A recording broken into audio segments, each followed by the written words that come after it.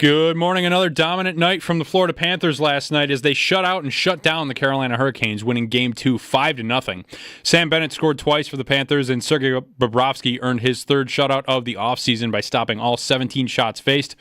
Panthers forward Sam Reinhart left the game early with a lower body injury, and head coach Paul Maurice said after the game that he would need to undergo further evaluation before Game 3. Game 3 now moves to Florida and will be tomorrow at 8 o'clock. Tonight, the Edmonton Oilers look to even their series with the Dallas Stars in Game 2 of the Western Conference Finals. Puck drop in Dallas is at 8 o'clock. Over in the NBA, Shai Gilgeous-Alexander showed the world why he was named NBA MVP last night by hanging 38 points on the Minnesota Timberwolves. SGA's performance helped the OKC Thunder win Game 2 118-103 and take a 2-0 series lead. Game 3 is in Minnesota tomorrow at 8:30. Tonight, the NBA, Game 2 of the Eastern Conference Finals between the New York Knicks and the Indiana Pacers as the Knicks try to bounce back from a complete collapse in Game 1. Tip-off is at 8:30. Tonight, the Rochester Americans look to keep their playoff hopes alive against the Laval Rocket. Laval currently holds a 2-1 series lead headed into Game 4 tonight after winning 4-1 on Wednesday. Puck drop is at 7 o'clock. And tomorrow afternoon, the Buffalo Bandits look to complete their three-peat. The Bandits and the Saskatchewan Rush face off for Game 3 of the NLL Final tomorrow at 4:30. Winner take all at KeyBank Center. Another sellout for Bandit Land, so if you don't have tickets, tune in right here on WGR for pregame at 4 with play-by-play coverage starting at 4:30. That's your Paddock Chevrolet Sports Update. Paddock Chevrolet, celebrating 90 years of being your hometown dealership. I'm Josh Schmidt for WGR Sports Radio 550.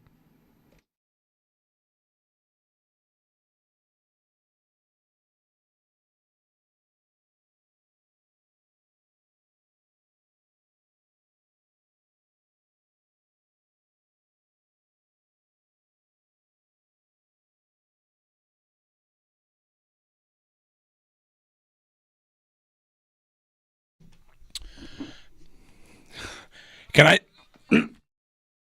Excuse me. Hey, good morning. Can I tell you guys the first thought I had when I walked out this morning and it was raining? My first thought was, have we ever run out of rain? Are we sure we're not out of water? How many days in a row? What are we at? 5? Does it move like across the world too? Like, is it like one part of the world now has all of our water and it's getting transferred back over here? It may be. Is that how it works? It's a big storm. I guess. Is it a storm? It's not even that violent. It's just rain. Lots of rain. Everything rain. Yeah, so good morning. Happy Friday. I mean, when will it stop? I have no idea. Stopping today? Looks like it might actually be done today and then return tomorrow. And Sunday. Memorial Day has a sun icon, but man, if you're out of town listening to us, you tune us in on the app or wherever, or YouTube or whatever, good morning. It has rained here what feels like nonstop for 72 hours, which was in the forecast. So I guess we have to prepare us, right? We're not surprised. We should not be surprised by this. This was expected. This is like Florida beating Carolina 2-0. Like, this is not surprising. Nothing about this is surprising. It was supposed to happen. Man, it is a lot of rain. And, okay. I thought March was supposed to rain like this. What's late May doing with this rain? I thought it was April showers bring May flowers. All right. What brings May torrential rain, biblical rain for 5 straight days? Does that bring June flowers? Man, a lot of flowers are already out. Hey, it's a soaking, nonstop 17-day rain. Guess we're all truly blessed. Hey, good morning. Jeremy and Joe. Joe's on vacation. He's back next week. I'm out next week. And I'm rocking solo today with the fellows here, Owen Parker, Josh Schmidt. They're both here hanging out. We've got plenty to get to this morning. Have packed the show. Fun Friday send-off. It's a getaway day for me with my vacation coming up. So I've packed the show with a number of good guests. Have some good Bills conversations for everybody, including something coming up in a minute. Dave Buchanan on the Bandits. They are playing Game 3 in their series at KeyBank Center, and that game is sold out. So Game 3, which is going to be for the NLL Championship, the Bandits are tied at 1 game apiece. So that game is sold out, and it'll be tomorrow, 4:30 in the afternoon at KeyBank Center. We'll chat some Bandits with Dave Buchanan coming up at 7:15 about. 7:30, Joe Marino, Locked on Bills podcast. He just put out his series of most important Bills, where he asked a bunch of Bills analysts, content creators, kind of to give their list of the 10 most important Bills. I was on that panel. I'll give you my list, and I want to actually bring up that conversation overall. At 8, we'll talk with Matt Perino on the Bills and on Buffalo/Angola has a new UFC hometown guy, Patchy Mix. Maybe you've heard of him before, but starting to really climb up the ranks. We'll talk with Matt Perino coming up at 8.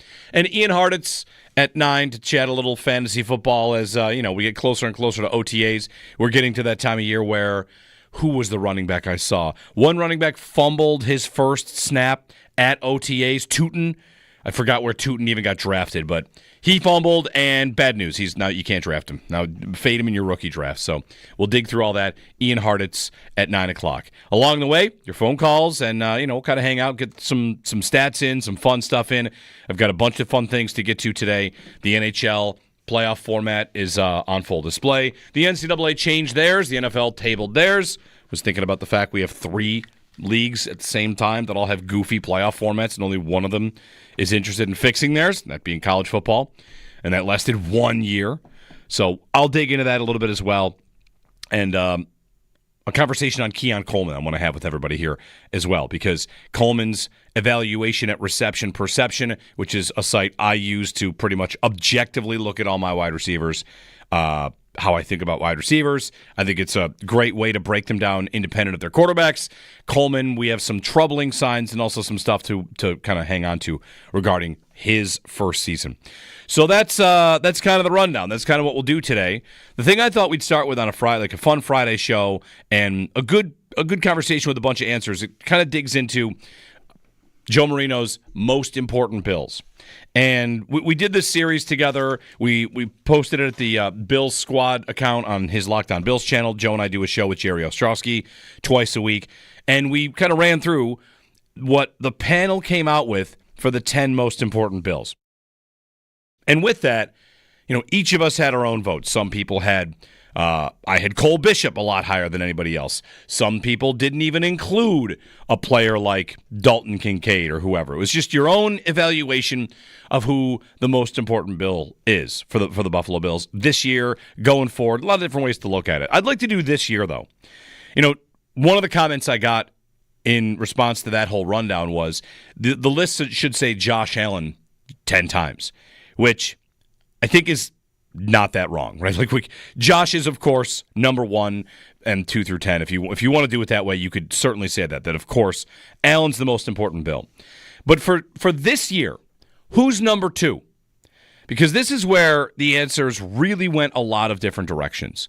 And for a long time, like in Joe's history of doing this project, and he'll join us at 7:30, of the 10 most important Bills, one thing about when Diggs was here is that Diggs was pretty firmly planted in the 2 spot for a couple years, 2 or 3. You had a really firm number 2 guy, a guy riding shotgun with Josh, and of course he departs.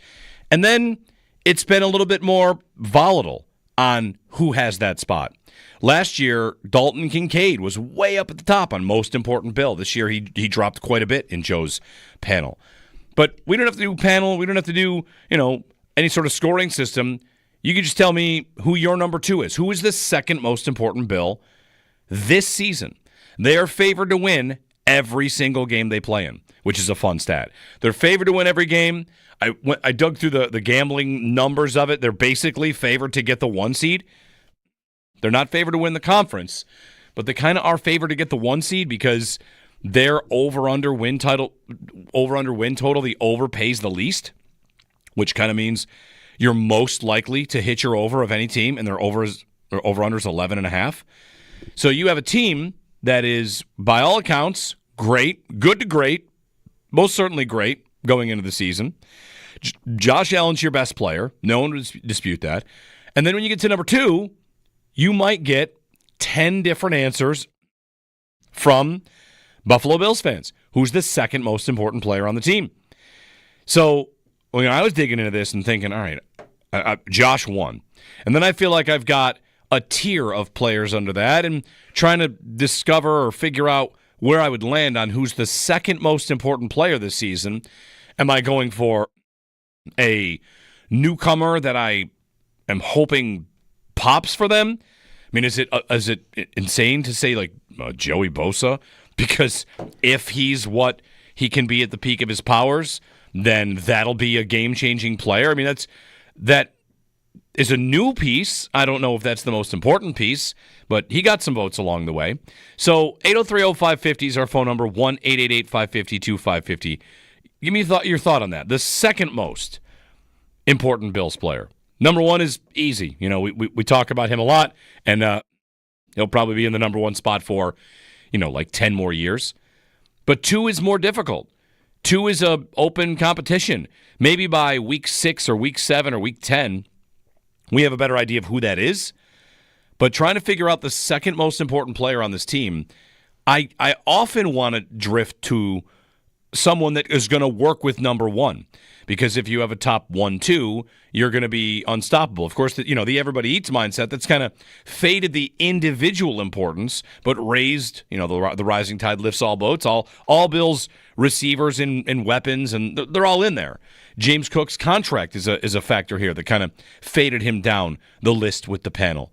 But overall, I think that we're looking at a team that is keyed in on defensive changes, keyed in on the front four, especially the front four. And when I think about the players that I'm expecting to make the biggest impact this year, not named Josh Allen, or at least maybe not expect to make the biggest impact, the turning point guys, right? X factor is an overused term here. The variables, if I may, which X factor could work there too. The variables. I'll tell you, if you really got a lot out of Michael Hoyt, I feel like that would work for you, Bills. It would work wonders. Or if Bosa, who I mentioned, or if Max Hairston is a true number one draft pick corner that makes us forget all about Kyer Elam. Like these things, to elevate the Bills back to where they used to be in the defensive rankings, which is consistently near the top. And that's what I'm finding ways to get to. They've added a number of pieces over there, and there's a lot of ways to get them back to a top 10 defense. Their schedule will help with that. They have a bunch of difficult games. They're all at home. And if there's one piece of that defense or a second piece of the offense just under Allen who is the most important this year, and you've got a thought on it, give me a call, 803-0550. My tier, I'll give you my tier. When putting this together and trying to figure out, like, all right, who is it? Who is the best answer for most important under Allen? I did want to go with guys that I think of as bankable assets rather than, buy stock in some high-yield fund, if you'll allow that metaphor, like a Bosa or somebody like if Landon Jackson. I'm putting that all in a rookie. That seems like an awful lot. Josh Palmer is a newcomer. And is there a ceiling in there that could really blow the doors off? Maybe. But my tier, too, was Benford, Rousseau, and Dawkins. Like, Allen's the most important. And then those three guys are the next three most important. And it all came down to, for me, on those three guys, that those three are pretty bankably good to near great. Benford, great. Dawkins, I think, is great. And Rousseau, I think, is good to near great and might even be underappreciated. Like, I'm here hand up saying I might not appreciate Greg Rousseau on the level that he should be. But to me, 2, 3, 4 is you can shuffle them like shells how you want. And want Allen, and then those three. And then 4, well, that's when it gets interesting. So if you got a name you want to throw on this list, whether it's at number 2 or it's in the top 5, I think it's a fun Friday conversation we can have. It's just me today, me and a bunch of guests that are going to jump in. So if you want to jump in early with us, 803-0550 is the phone number, 1-888-550-2550. It's raining, so I know you're not out there golfing. You can just call us instead or doing whatever else you do outside. Maybe you're running the rain. I had to bike in the rain yesterday. That's part of a larger story. I'll tell you that a little bit later. 803-0550. We'll start off with Steven in Grand Island. Steven, good morning. Hey there, Jeremy. What's up, Steven? How are you? Is it raining where you are? Yeah, it's a little wet. Yeah. But you know what they say, wetter the better. So Wanted to get to who I think is the second most important player of the Buffalo Bills this year, and it's what we've always been searching for. As we get to the playoffs, we never have that defensive lineman stalwart who can break through. And I think a guy like Joey Bosa, if healthy in the playoffs, if he could do what Von Miller was supposed to do for us, I think it would go a long way. And if you've seen his training photos, I think that thigh doctor guy posted a guess your thigh yesterday with Joey Bosa. Did you see those legs? So hold on, cow. I saw the post from Thigh Doctor that said guess the thighs. That was Bosa? Yeah. Okay. Amazing. Yeah, I would not have guessed Bosa. All right. Yeah. All right, so I'm going to hang up and listen, and let me hear what you think. Thanks, Bosa. Have a great vacation.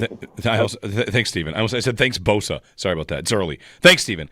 Bosa, man, he's a guy that I am thinking about for Hard Knocks, too.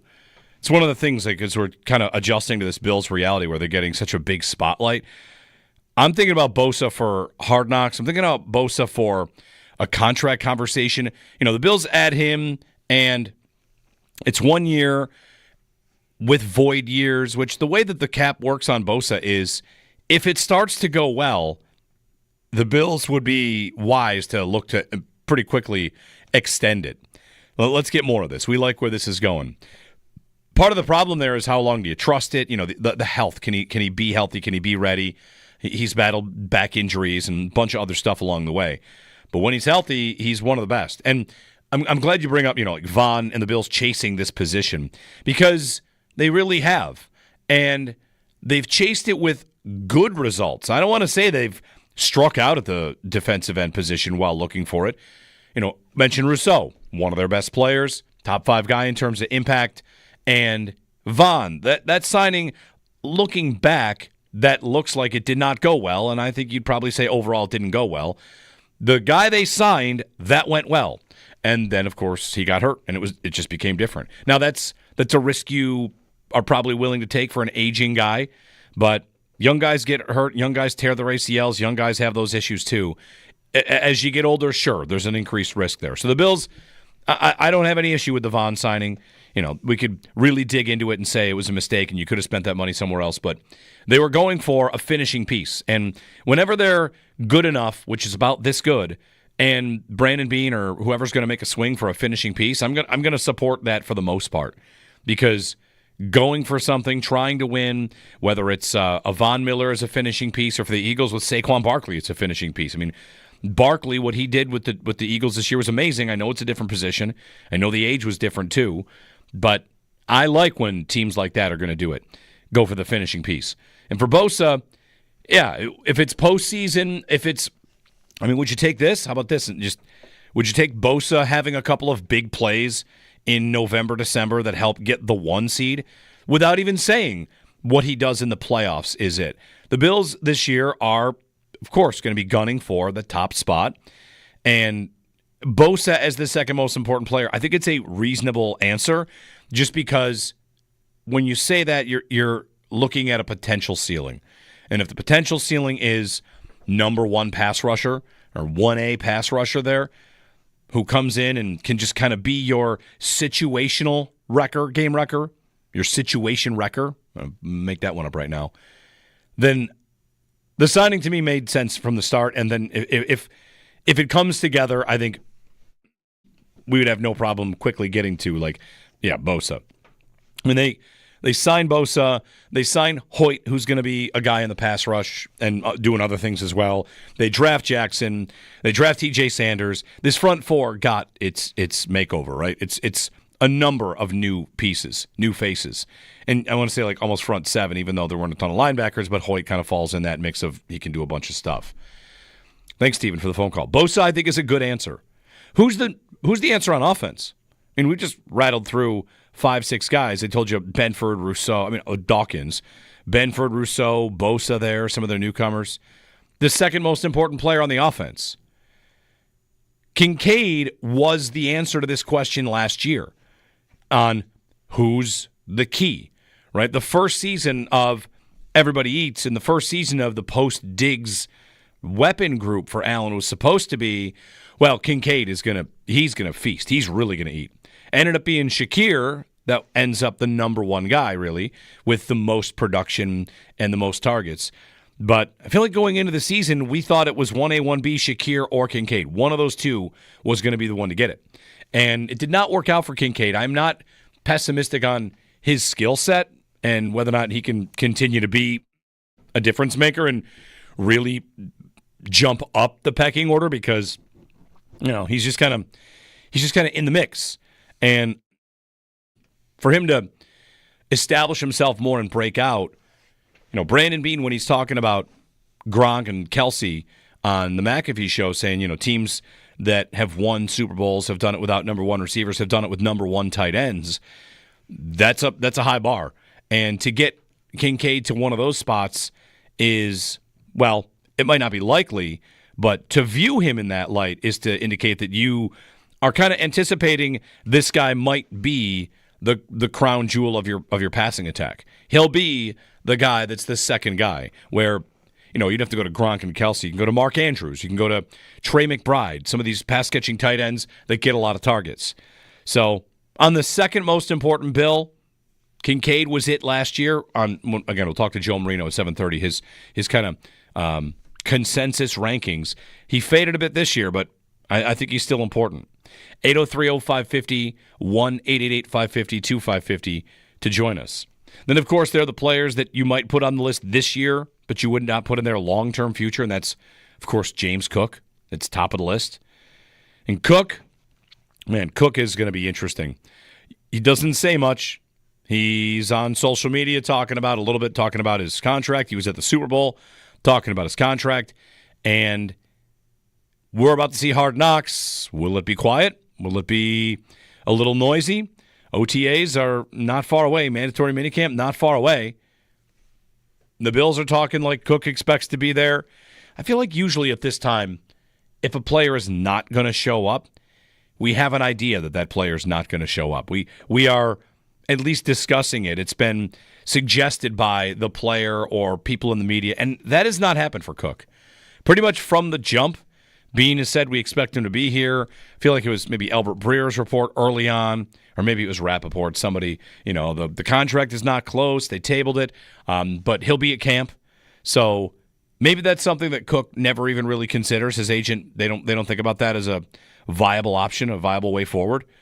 But we're getting close, and if that got to, let me tell you this, if they got to mandatory minicamp and Cook did not show up, the executives at HBO and at Hard Knocks would pop champagne. Like, we got one. We got a holdout or a hold in. We've got a storyline we can track. But the good news is no one right now expects that. 803-0550, our phone number. Just me today. No Joe, no Nate, no Sal. Sal's coming up for the Extra Point Show, though, at 10 o'clock. So you'll get Sal at 10 o'clock. You can give me a ring, 803-0550, 1-888-550-2550 on this Friday getaway day of Memorial Day weekend. A lot of racing this weekend. Basketball, hockey, Bandits. Bandits game is sold out. One thing about the Bandits and selling that game out that I just like to say, hey, maybe you're someone that's been to a lot of Bandits games. I've been to a handful of Bandits games. Maybe you're somebody that goes tomorrow and you're ready to go. And if you're someone that kind of keeps an eye on the Bandits, maybe you hear people mention them and how they win all the time and how they have the best attendance in the NLL by like 6,000 per game. It's massive. How the support for the Bandits is off the charts. And those tickets are not cheap.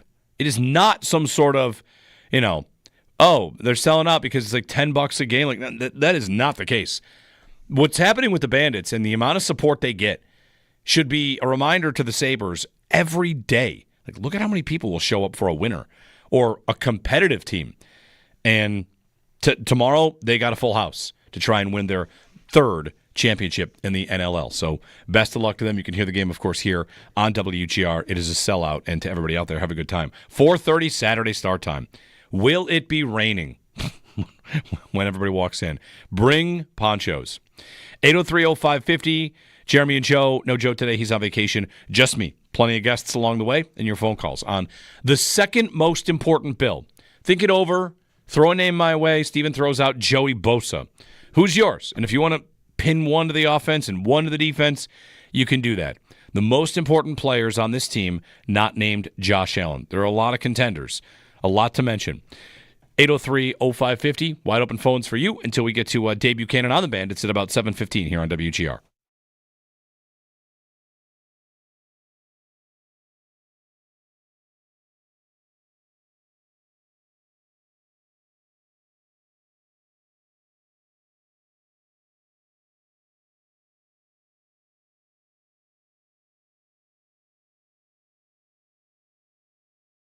And then the Tush Push did not get banned. And I found, I don't know if you did this too, Sal, I found the language about the Tush Push not getting banned to be funny. Because do you know how many things in the country would be viewed as overwhelming slam dunk wins if it got 68% of the vote? Yeah. A 75% threshold is tough. It was a loss for Goodell, but most of the league wants it gone.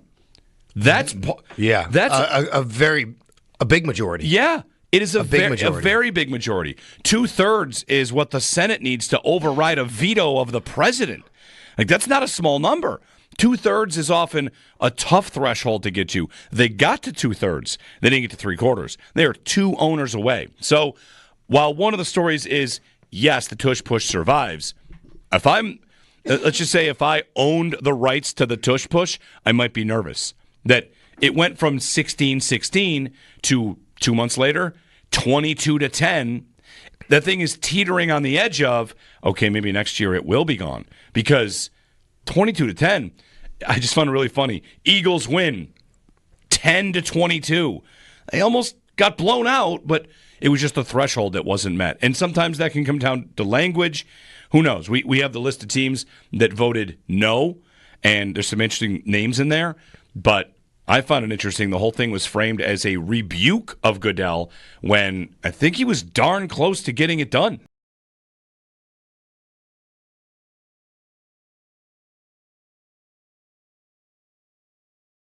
The thing I thought we'd start with on a Friday, like a fun Friday show, and a good conversation with a bunch of answers. It kind of digs into Joe Marino's most important Bills. And we did this series together. We posted it at the Bills Squad account on his Locked On Bills channel. Joe and I do a show with Jerry Ostrowski twice a week. And we kind of ran through what the panel came out with for the 10 most important Bills. And with that, each of us had our own votes. Some people had, I had Cole Bishop a lot higher than anybody else. Some people didn't even include a player like Dalton Kincaid or whoever. It was just your own evaluation of who the most important Bill is for the Buffalo Bills this year, going forward. A lot of different ways to look at it. I'd like to do this year, though. One of the comments I got in response to that whole rundown was the list should say Josh Allen 10 times, which I think is not that wrong, right? Like Josh is, of course, number 1 and 2 through 10. If you want to do it that way, you could certainly say that of course Allen's the most important Bill. But for this year, who's number 2?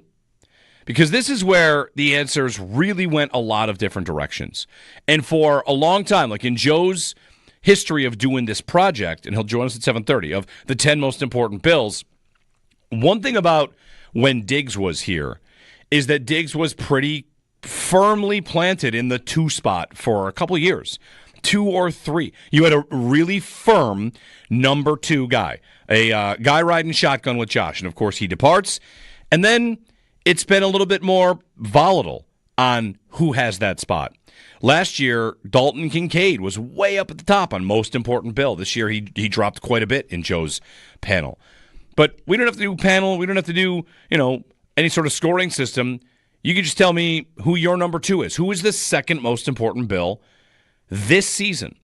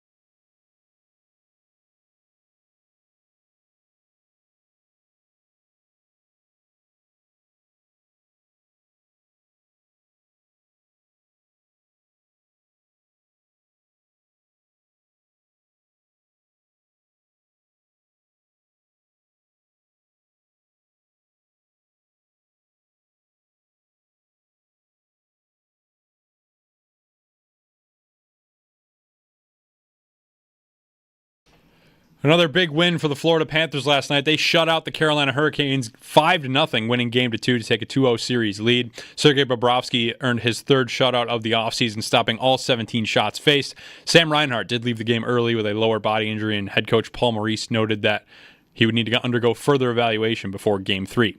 Game 3 is in Florida tomorrow at 8 o'clock. Tonight, the Edmonton Oilers look to even up their series against the Dallas Stars in Game 2 of the Western Conference Finals. Puck drop in Dallas is at 8 o'clock. Over in the NBA last night, Shai Gilgeous-Alexander put up 38 points on the Minnesota Timberwolves, helping the Thunder win Game 2 118-103, taking a 2-0 series lead. Game 3 is in Minnesota tomorrow at 8:30. And tonight in the NBA, the Game 2 of the Eastern Conference Finals between the Knicks and the Pacers. The Knicks trying to bounce back after a complete collapse in Game 1. Tip-off is at 8:30. The Amerks looking to keep their playoff hopes alive tonight with Game 4 against the Laval Rocket. Laval currently holds a 2-1 series lead, Puck drop for tonight is at 7 o'clock. And tomorrow afternoon, the Buffalo Bandits look to complete their three-peat. The Bandits and Rush face off for Game 3 of the NLL Final. Winner take all tomorrow at 4:30 at KeyBank Center. Another sellout for Banditland, so if you don't have any tickets, tune in right here on WGR for pregame at 4 with play-by-play coverage starting at 4:30. Those are your Paddock Chevrolet sports headlines. Paddock Chevrolet celebrating 90 years of being your hometown dealership.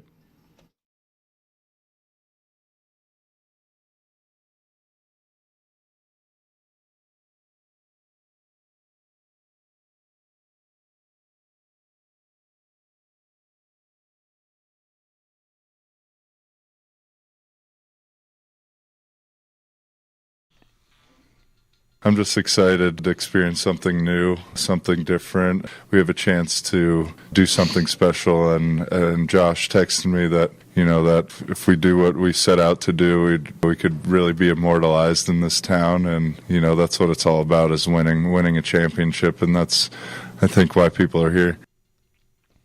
Joey Bosa. Good morning, Jeremy and Joe. Rainy Friday. At least it's a Friday. Bosa there. We had our first caller this morning say his name when I asked, who's the second most important Bill this season? Your Buffalo Bills, stars of the NFL in a number of ways, Hard Knocks, holiday touchdown movie, or I should get a better title for that, right? What's it going to be called? Is it Holiday Touchdown again? That's what the Chiefs one was called. Anyway, not important. I think that's like the series, and then there's the franchise? Yeah, the Holiday Touchdown franchise. And then you add on a thing for the specific team, maybe. Will they go to all 32 teams? A Browns love touchdown story, a Saints love story. Will they get to all 32, or will they double back? It's a Holiday Touchdown, a Bills love story. And the Chiefs one was called Holiday Touchdown, a Chiefs love story? I think it was. All right. So I watched it. It was. I hope that the Bills one has as much, I think it will, but it has as much Bills like nostalgia and things in it as the Chiefs one did. Because it'll be a nice trip down memory lane for a lot of people. How many Chiefs that you recognize were in it? I think, Clyde Edwards-Helaire was in it. Okay. I remember that because it was, the movie came out and then like a week later he got cut. Andy Reid was in it. And other than that, it was like a couple offensive linemen and like some backup linebackers, I think. But because the Bills appear to be pretty well represented in this. Yeah, Sale rattled off some names yesterday, didn't he? Yeah. It's pretty good. Sal's down there for the shoot. So anyway, that's what we talked about. We opened up with who's the second most important Bill for this year. First answer came in was Joey Bosa. You can give us a ring, 803-0550 and 1-888-550-2550. A quick update on the rivalries uniforms. So this new thing that's coming out this year, there's going to be uniforms that the Bills are going to get a new uniform set. It's going to be part of the rivalries program that the NFL and Nike have launched. Each team designs a new uniform for games against division rivals. Maybe you've heard the start of this. Well, we got our first small indicator of what's happening with another team. Okay, so this team is not in the rivalry program, but they're doing a uniform for a rivalry. So the NFL announced, this is a statement from somebody, Cal and Hannah McNair of the Texans. I know the NFL announced a rivalry uniform. We get to do ours in 2026 against a division rival. So there you go. The Bills are doing it this year. The Texans will be part of 2026's rivalries uniform. And each of these sets will last for 3 years. So I suppose in 3-4 years you'll have most teams with another set that they wear against their division rivals. So she says they're working on the uniforms. That Houston is working on these uniforms, which don't come out this coming season, but the next season. And they've given a clue. They look really good. We're excited. So here are the Texans. I feel like we're doing the stadium fly-through. This team doesn't even have a uniform until next year. And they're talking about how they've seen them. We got to get these Bills uniforms as soon as possible. But what is going to be the characteristic of this? You know, they look good. They're not finished. We're working on them. These are the quotes in this article. But the operative phrase that they're using for the Texans are using is certain colors. When it comes to certain colors, we will have certain colors. That's the quote that people are kind of latching onto. And that is that the Texans will wear like their Oilers colors uniforms. So whether that's the Texans logo in Oilers colors, it's a lighter blue, right? That would make people mad, I feel like. I feel like people would get really mad at that. It's a good question. You say that, and then yet the Sabres had a jersey of the goat head in blue and gold. And that looks kind of cool. I think it's now that's a reverse. That's a reverse retro. I feel like that's different though. Like people were so mad when the Oilers left, and then everything with the Titans and all that history there. I feel like it's like animosity towards that maybe. I mean, they wore them in a game. Didn't they wear them kind of recently? Didn't they wear them against the Titans? Maybe. Anyway, the Houston college team wore these colors. And again, you might be mad at the guy that took the team out of Houston. Are you mad at the colors? Or you might be nostalgic for the colors. That those colors belong to Houston. Yeah, here's a picture. The Titans used the Oilers uniforms against the Texans. The Titans used the Oilers. Yeah, I got that right. Titans used the Oilers uniforms against the Texans. So anyway, this Bills rivalry series, we are not that far away from getting a new set of uniforms from the Bills. And I, for one, cannot wait for this. So I wanted to bring that story up just because, here you go. Here's a team a year out, and they have a pretty good idea of what they're going to wear, and it might just be Texans jerseys in Oilers colors because they're going to implement those colors. 803-0550. Marty in West Seneca is up next this morning. Hey, Marty. Hey, how you doing? Good, Marty. What's up? You guys were talking about offensive, defensive players that make a difference. Yeah, the most important player that's not Josh Allen, yeah. Yeah, I'm just going cornerback in general. All right. They get beat up on the outside. And Maxwell Harrison ain't the answer because he can't tackle. All right. He can't support the run. He can't do nothing. You need Bernard or whatever you want to pronounce it. Sure, Terrell Bernard is. When he was hurt, guess what happened? It went down the chute, Meh. Okay, Marty. Cornerback, I don't know what you do with that, Yeah, thanks, Marty. They've got, Tre'Davious White is in the mix there. Hairston, I don't know. I'm going to come into this Bills offseason, this training camp, kind of believing quite a bit in Hairston. Do you want your corners to be the best they can be in run support? Yes. But there are plenty of really, really good ones that aren't the best. And with Hairston, I guess the scouting report on him when they drafted him was he's willing. So coach him up, teach him a little bit better technique. The size, maybe they had some size there, maybe not. But my favorite thing I read about Hairston during the draft process was how he'll win with it. He wants to win with his feet. And, Kyer Elam, who we just heard from yesterday in Dallas, saying it's nice to be a part of something like this. The energy here is like nothing he's ever felt before. Like, all right, good luck, Kyer Elam. It never worked with Elam from pretty much his first training camp. Training camp 1, there were kind of red flags. Like, he's too grabby, and they think he's so grabby that they're going to put gloves on him so he can't grab the uniform. And with Hairston, he's a different player. Like, he's not going to grab. He's going to win with his feet and win with positioning and have closing speed and makeup speed. So, if there is a fatal flaw in the way that he won't tackle, then there might be packages where the Bills are gearing up to protect against that. Or, I don't know. He's willing. The story is he's willing. We'll find out. He would not be the first corner in league history that is willing but maybe not able. 803-0550. Benford, of course, is super important. Benford is one of their top 3 most important players. I think consensus top 5 behind Allen, and then you could put Benford 2. He's been a very, very good corner for them since pretty much, again, since he showed up. I wonder what percentage of these players you could say from 7 games in you've known what they are, who they are, what they are. Because some guys do experience a slow ramp up into growth, and others are just ready to go. 803-0550 to join us. Thanks for the phone call, Marty. 1-888-550-2550. So, Owen, you had a stat of the day for me? I was going to wait till the next segment, but we got a little time here. So, you had a stat of the day? Yeah, I got a little Stuart Skinner information here. Okay. This is, Is it better than yesterday's stat that his save percentage in the playoffs has either been .834 or below, or a complete shutout? 1,000?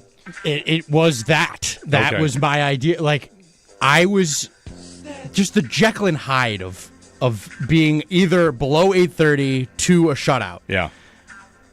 Is an exemplary sort of sneak peek into the world of goalies. Okay. Like, there's just such a high and low to every single guy. We see it with UPL this year. Stuart Skinner's the microcosm, these 6 games. And you see the ebbs and flows, and you see the back-to-back shutouts. It all comes up, and then dive bombs. Yeah.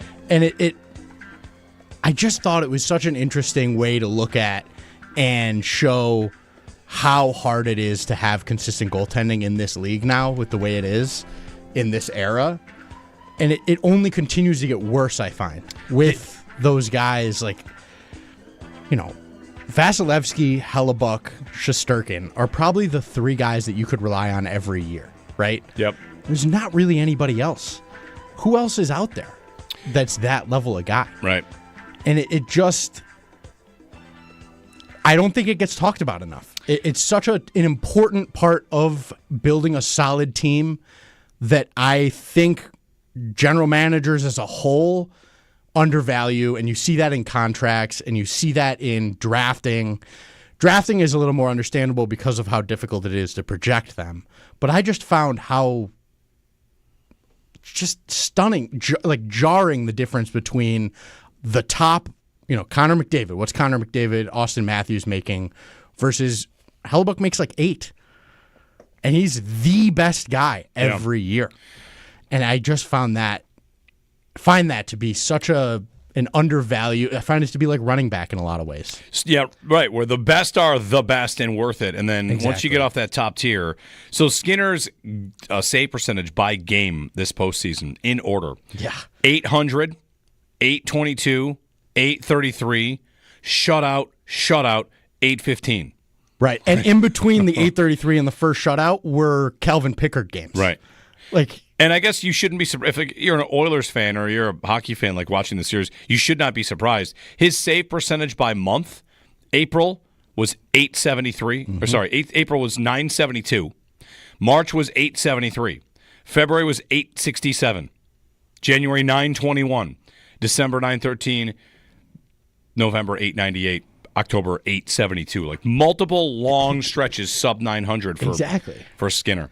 One other thing about these playoffs, I'm mad at myself for not just laying the house, everything you own, on Florida beating Carolina. Oh. This was supposed to be in a regular NHL format, or rather a regular playoff format. This is a first-round matchup. Florida-Carolina is the 4-5. Mm-hmm. And why are they here in this matchup, in this spot? Because of the NHL's artificial thing where they have the league's best division, which the one the Sabres are in. I think it's consistently been the best in terms of having 4 awesome teams. What happened? The same thing that always happens. The Leafs beat a good team, and then, the Leafs were the 1. Florida beats Tampa in the first round. That is the 2 and the 3 in this side of the bracket. If you did 1, 2, 3, 4, the 2 and the 3. And then Florida beats Toronto, who's the 1. So this is the worst team they've played yet. Right. Carolina, by and far. It looks that way. It's by far the worst team they've played yet. It's just kind of, it's wild to me that, We had the NFL playoff format discussed for a couple days this week, and they did not vote on it. You have 3 leagues that have a playoff format that is just kind of goofy and does not accurately put together a bracket where the seeds are appropriate. 3 leagues at the same time. The only league that changed it was college football, and they did it after 1 year. 1 year of their format, and they thought, not okay. Straight 1 through 12. Right. I find that speed of decision-making from college football so admirable. Like, I wish that the other leagues were self-aware enough to realize we can make our product in the playoffs, which should be your bread and butter, this much better. Right, we can get better teams. Right. Better games, better series. Better teams along later. Everything. Yep. Looking at just like the league standings, the whole league, Toronto was the 4th best team in the playoffs. Florida is the 11th best team in the playoffs. Carolina's 10th. So if you're Florida, your road to get to this point was to beat overall NHL seed, number 7, then number 4, and now you're playing number 10. Right. And it gets easier as the playoffs go along. And that's not supposed to happen. Right. And the games always get, like, as the NHL playoffs go, the games get worse and worse. The first round's always the best because guys just get worn down. Yeah. And so you see that happen, and then you get teams that are probably not matched up that well in these late rounds, and the hockey's just not as good.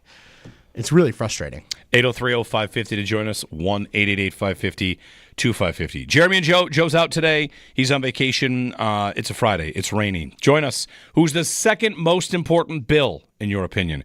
We all know who number 1 is. You think there's a good answer on number 2? We've heard Joey Bosa and the cornerbacks. So give us a ring, 803-0550 here on WGR.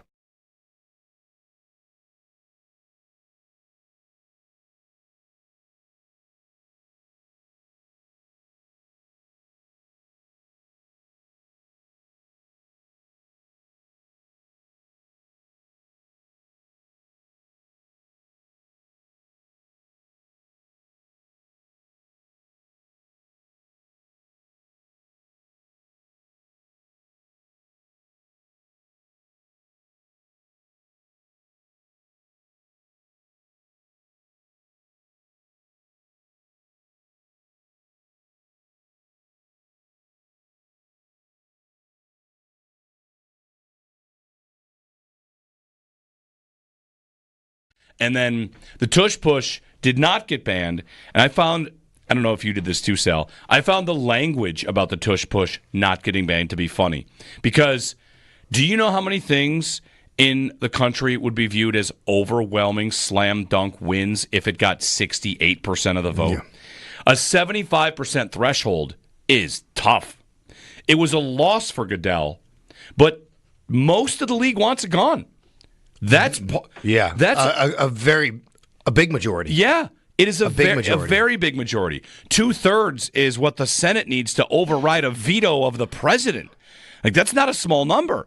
2/3 is often a tough threshold to get to. They got to 2/3. They didn't get to 3/4. They are 2 owners away. So while one of the stories is, yes, the Tush Push survives, let's just say if I owned the rights to the Tush Push, I might be nervous that it went from 16-16 to 2 months later, 22-10. That thing is teetering on the edge of, okay, maybe next year it will be gone. Because 22-10, I just found it really funny. Eagles win 10-22. They almost got blown out, but it was just the threshold that wasn't met. And sometimes that can come down to language. Who knows? We have the list of teams that voted no, and there's some interesting names in there. But I found it interesting. The whole thing was framed as a rebuke of Goodell when I think he was darn close to getting it done.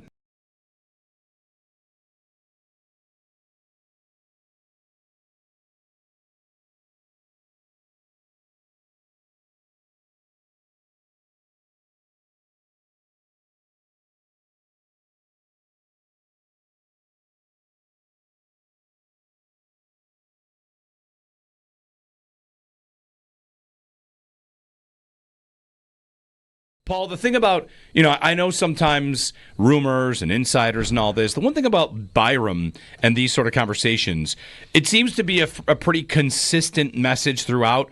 And I've seen some reporting again that it's about the role that he wants, and he views himself as a kind of a top guy. And here, there's a tough road to be a top guy. So to me, it kind of all lines up. Do they want to pay him? Does he want a different kind of circumstance? Do you buy all this, that they would be shopping him, that they would be considering a move to move things around on the hockey team with Byram being the target to go out?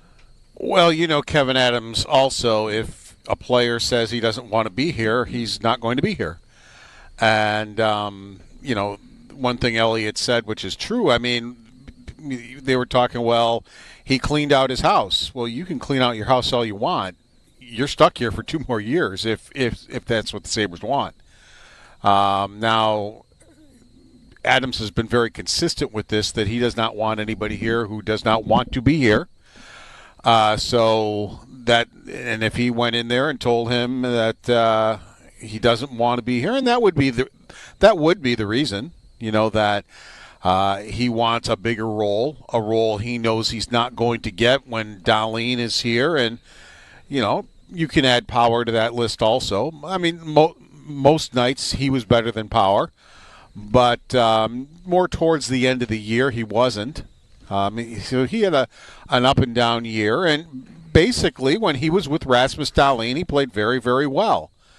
When he wasn't, it was average at best. And now you can re-sign him and pair him with Rasmus Dahlin, and it works very, very well for you. But you're kind of pigeonholed then. I mean, it's like, well, what happens when you don't want him with Rasmus Dahlin, or you want somebody else with him, or you don't want Rasmus Dahlin playing the right side, or you don't want him playing the right side. It works well when they're together. One of them plays the right side, usually Dahlin, and they don't have a problem with it. They play very well. So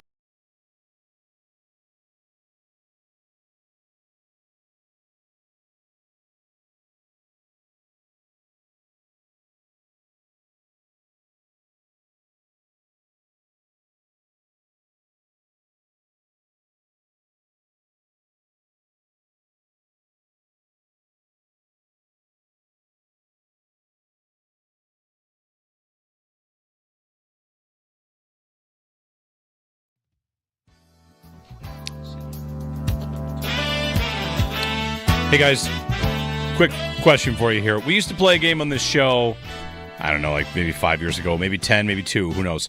Click or don't click, where you find a link in your daily perusal of, the internet, and, should I click on that? Let's play the game, all right? This is one that I'm interested. Headline. Today.com from the Today Show. People can't get over the way Tom Cruise eats his popcorn. His best stunt. Wow. Oh. What do you think? This is the guy that hung on the side of an airplane. Yeah. So they can't get over how he eats his popcorn. I'd like to click on that and you want to find out? See what it is. This is the kind of thing that I see and just throw my phone into a well. You don't want to know? I don't care. I don't care how Tom Cruise eats his popcorn. He says it's his best stunt. I don't care. They say people can't get over it. You guys are suckers. How many different ways can you eat popcorn? Did he invent a way to eat popcorn? I want to know. Is he one of those people that holds the bucket and then sticks his tongue out to pick up the popcorn? I think he's an because alien that's very believable. Who doesn't eat popcorn like that, just sticking the tongue in the bucket, right? Everybody, if you have your own, well, everybody does that, right? Maybe this has something to do with how much I do of the headline writing in here, and I just know that it's nothing in there. There's maybe some factor of that. All right, I'm watching the video. I'm reading the article about how Tom Cruise eats his popcorn because people can't get over it. See, this is how I need to find out. I just need you to tell me, and then I know, and then that's it. That's all I need. Well, you know what I'm going to do? I'm going to tell only Josh and not you because you mocked us. Okay. You don't want to know. I'll take my headphones off. Yeah, all right. Take your headphones off. So what he does, Josh, apparently, he holds the popcorn really low, and he throws kernels in one at a time, with force. So it's almost like when you remember when you were a kid and you throw it up in the air and you try to catch it in your mouth? Yeah, but he's just throwing it right at his mouth. Yeah, I'm trying to think of what food you do eat like this, where you just... I feel like there's a lot of food you can eat like this, but it's just not advisable because it's How do you eat popcorn? Doesn't everybody just get a fistful and then slowly shove it into their face? And whatever goes in, goes in. Whatever comes out, comes out? Pretty much. And you catch the remnants and then you go back again. Right. It's kind of like, a backhoe filling a dump truck. You're lying down and it's just on your chest. Yeah. Right. This is bad. That's the normal way to eat popcorn. Everybody knows that. All right, 803-0550, our phone number. Just seems super ineffective. One at a time? Like the throwing one at a time, yeah. Well, he's not wasting popcorn. That's true. He's got love for the movies. It's going to take you a whole movie, though, to eat a large popcorn. It might be one at a time. Yeah, who's doing one at a time? 803-0550. Dave Buchanan on the Bandits at 7:15. And Joe Marino, Locked On Bills podcast, 7:30. We open the show talking the most important player on the Bills that isn't Josh Allen. You can give us a call on that. Ryan, if you're on hold, if you can stick with us, we'll get to your call on the other side as well. Playoff format stuff, because it's been a lot of the talk in the NFL and college football. Changed their format after 1 year, going straight 1 through 12. So plenty to get to. Next hour, some Bandits, some Bills, some Sabres as well. It's Jeremy and Joe. Joe out today, out on vacation. He'll be back next week. Come hang with us here on WGR.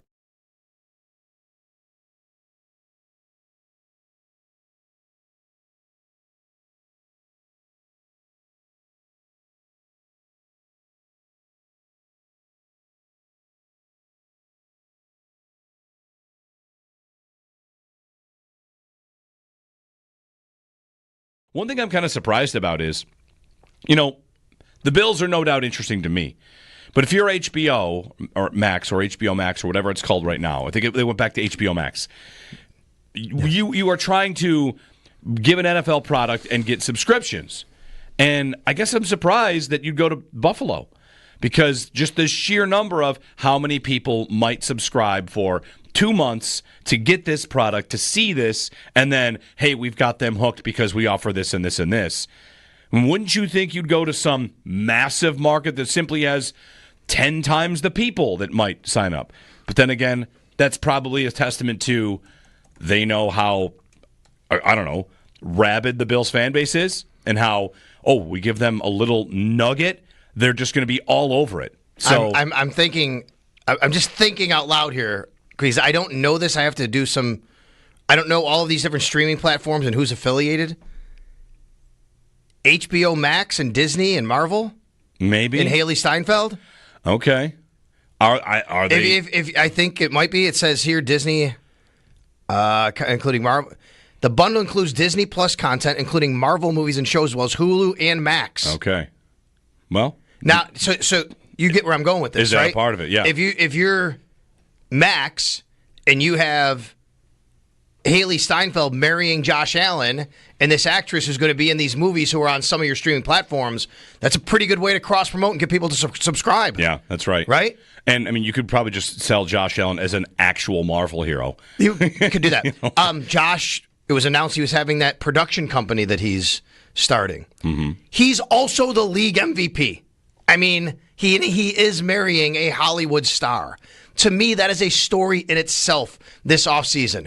The maturity and growth of Josh Allen, where he came from to where he is. That story is a great story. You add on, put part of it with who he's marrying, and he just turned 29. What, yesterday? Was it yesterday? Was his birthday? I think it was. Yep.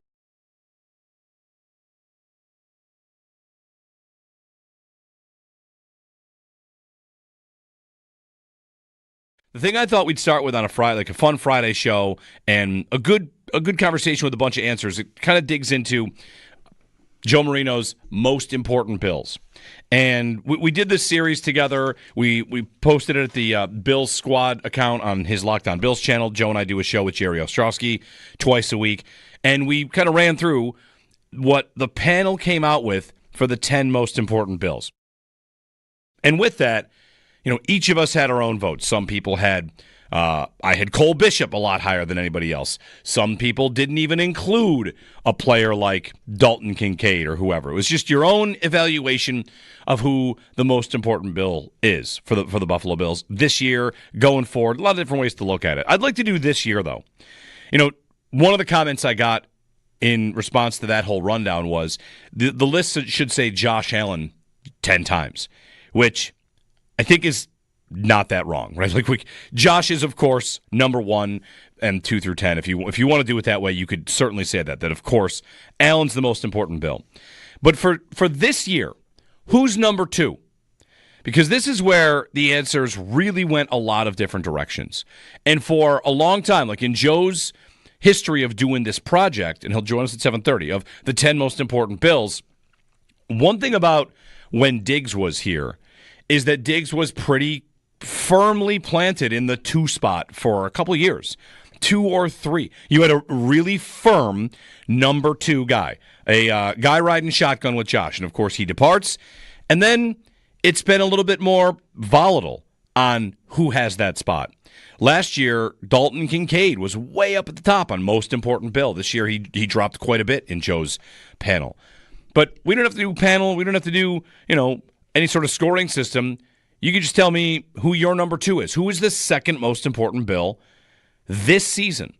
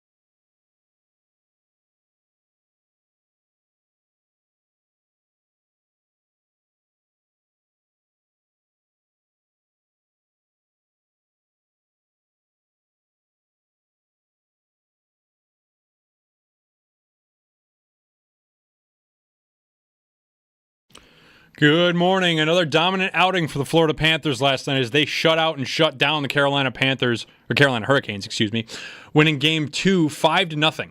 Sam Bennett scored twice for the Panthers, and Sergei Bobrovsky earned his 3rd shutout of the offseason, stopping all 17 shots faced. Panthers forward Sam Reinhart left the game early with a lower body injury, and head coach Paul Maurice noted that he would have to be looked at further before his status for Game 3 was updated. Game 3 now moves to Florida and will be tomorrow at 8 o'clock. Tonight, the Edmonton Oilers look to even their series with the Dallas Stars in Game 2 of the Western Conference Finals. Puck drop in Dallas is at 8 o'clock. Over in the NBA, Shai Gilgeous-Alexander showed last night why he was named NBA MVP, putting up 38 points on the Minnesota Timberwolves, helping the Thunder win Game 2 118-103.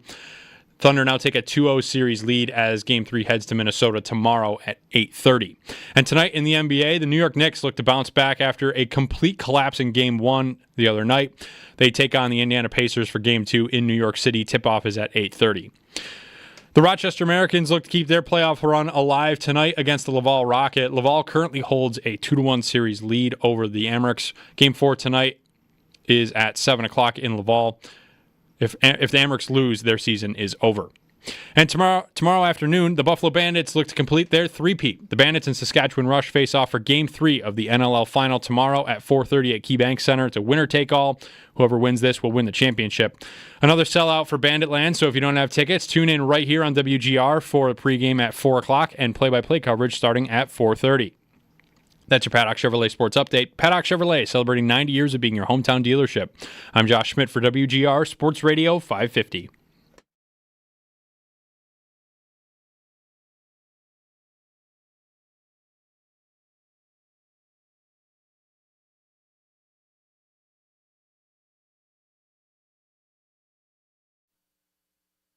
Everybody in that room felt like this was the right thing to do for college football, but there were some hangups in there because there were some people in the room who wanted to tie this conversation to try to use it as some leverage for 2026 and beyond, because this is a very divisive issue for the future of the college football playoff in terms of automatic qualifiers. The SEC and the Big Ten want guaranteed spots. Well, how many do they get? Do they get 4? What does that mean for the ACC and the Big 12? Those are the conversations that are going on. And there were people in the room who said, hey, if you want to do what's right for college football now, let's tie it into the big picture and make sure that we're doing the same thing for 2026 and beyond. It's Heather Dinch on the college football playoff change. Heather Dinch with Pat McAfee.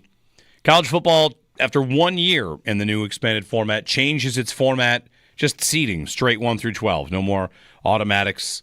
They learned that lesson after 1 year. NFL talked about it, did not make changes. NHL, every year, the format looks to be a little bit silly, but here's college football 1 year in, making a change. Good morning, Jeremy and Joe. Joe's out on vacation this week. Just me, Jeremy, hanging with you. You can give us a ring, 803-0550. Dave Buchanan coming up with a quick Bandits preview in a couple minutes here, maybe about 10 minutes for Dave Buchanan. The Bandits are home tomorrow, 4:30. Sold out Game 3 of the NLL Finals, and looking for a third straight championship. Joe Marino, Locked On Bills podcast, 7:30. Matt Perino at 8. Ian Hartitz at 9. Plenty of time for your phone calls mixed in as well. Good morning. 803-0550 is the number. Open up the show talking about the next most important Bills player. We all know who number 1 is, right? Right. Josh Allen. After that, for this year, for the team that is favored to win every game, which they are favored to win every game they are in, as of right now, who's the second most important player? There's a good list of names who would be eligible for this. Maybe by the time we get to the end of the season, we could say who ended up being, although maybe we should try that exercise on last year, like who ended up being who was their second most important player last year. We could do that. 803-0550, the phone number, 1-888-550-2550. On your second most important Bills player. I mentioned, I think there is a tier of 3 guys in there. Rousseau, Benford, Dawkins. Had a call on Joey Bosa, which I think is an interesting answer because putting a newcomer in that spot, I get it. It does make sense to me because what you're looking for is last year's Bills team, but with someone else to pop, whoever that might be, someone else to be a difference maker. And Bosa is on a short list of players that they've added. You might be able to expect that from. So we'll go to the phones. Ryan in Buffalo is next up. Hey, Ryan, good morning. Hey, guys. My answer to your question first would be Dawkins. But I was calling about playoff format. So this could apply to any sport. But like thinking of the NFL, like everything is a spectacle, and I love it. Like we all consume the NFL draft stuff, the NFL schedule stuff, or even like the NHL, like the lottery show, or college football, who's in, who's out show. So for playoffs, there's both a practical side and then the spectacle side. I think that once the seeding is assigned for really any sport, the top seed should have to pick who they play first, and then the second seed should have to pick who they play, and down you go. Yep. And that could be a show on its own too. But on the practical side of that, there's so many times where a team will have like a starting quarterback out for six games, and then all of a sudden they're the last seed in, and it's like, well, great, we just had an awesome season. Now we're forced to play the bottom seed, who's probably the second best team. So I think it would just be fun, and I think it would add competition to all the sports and add another, spectacle to it. One question for you, Ryan. Why do you think leagues don't go to this? Because it's been an idea out there, and some of the lesser-known leagues do this. The only drawback I think we would, you and I would guess would be the bulletin board material, but would a league not do it just because of that, or they feel like it's a hassle? Like, what is the case against it? Well, that's probably it. That's why I'm saying it has to be mandatory. So the bulletin board material, I think, would be the answer to that. But if the league made it mandatory, then it couldn't be bulletin board material because you have to do it. No one's saying, like, well, you can pick, or you can just, you have to. Right. Yeah, that'd be different. Thanks, Ryan. If it's either here's your matchup, or if you'd like to swoop in and change it, yeah, there's a default matchup and there's the right to switch. All right, that's interesting. You pick your opponent, or here's a right to switch if you want to, use this card. Any team that maybe that's something they should give to the 2 seed. The 1 seed gets the bye, the 2 seed picks its first round opponent. Because what you would like is, I miss the days of the 2 seed getting a bye, mainly because the Bills are always the 2 seed, right? Like how many years in a row? The 2 seed has not won the Super Bowl, is that right? Since the invention of the single first round bye, or the Eagles last year. Should I remember this? NFL playoff picture last year. I got to pull it up. But the 2 seed, we used to be resting that 2 seed. And unfortunately, the Bills started to get the 2 seed right as that went away. I don't know how they're going to bring it back. If they had an 18th game, are they going to add another team and have 8 teams in the playoffs? Because you could try to do that. 803-0550, our phone number. But the numbers of that would still be goofy unless you're going to go 3 first-round buys.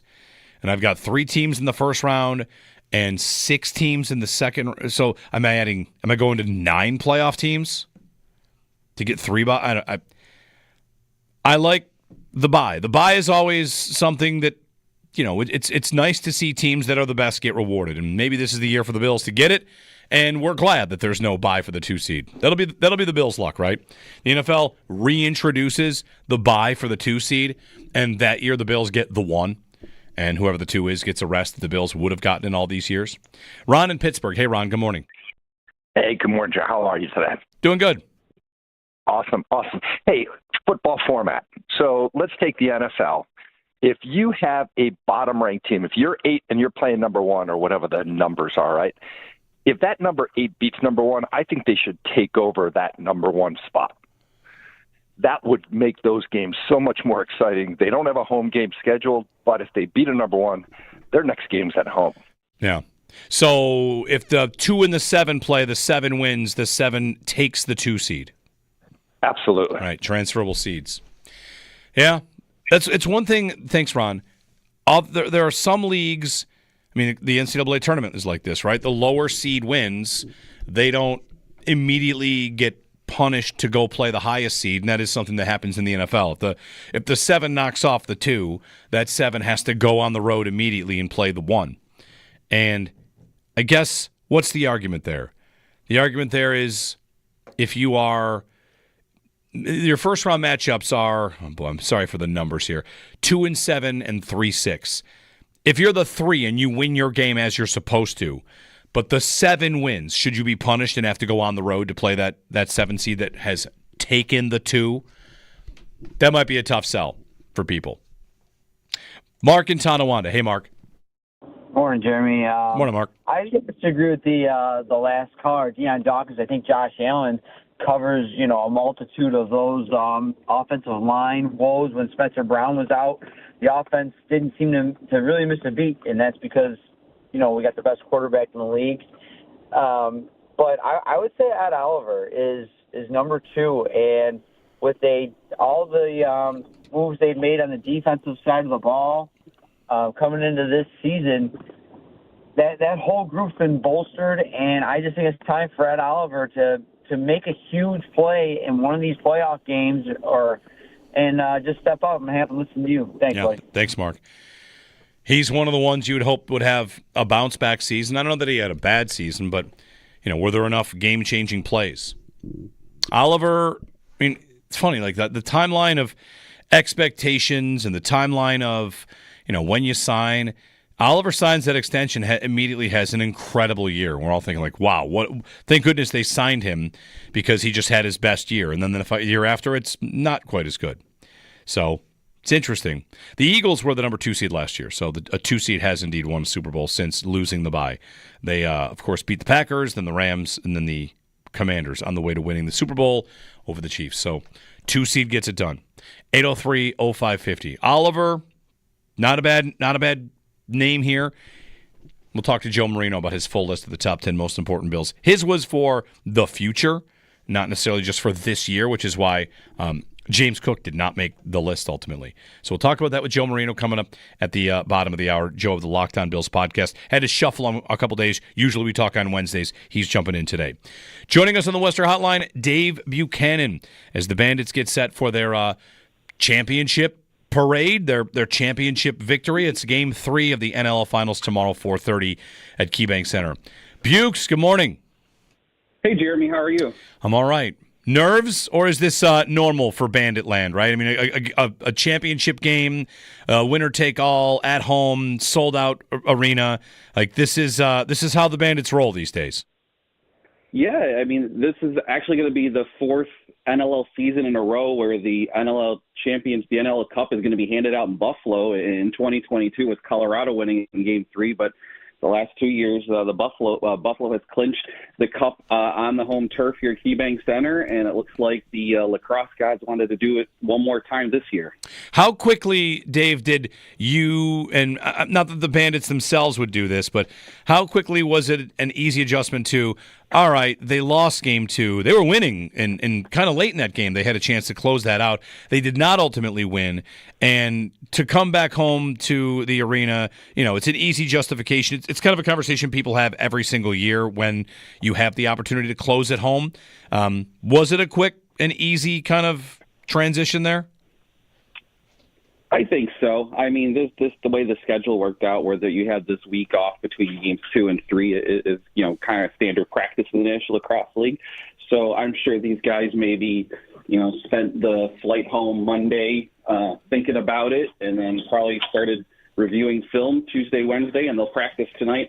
So they'll be fully focused and locked in on Game 3 tomorrow. Game 3 tomorrow against Saskatchewan. What about this matchup, Dave, are people watching for? Like, if you're going to be at the game or watching or listening, what is it about Saskatchewan that makes them tough?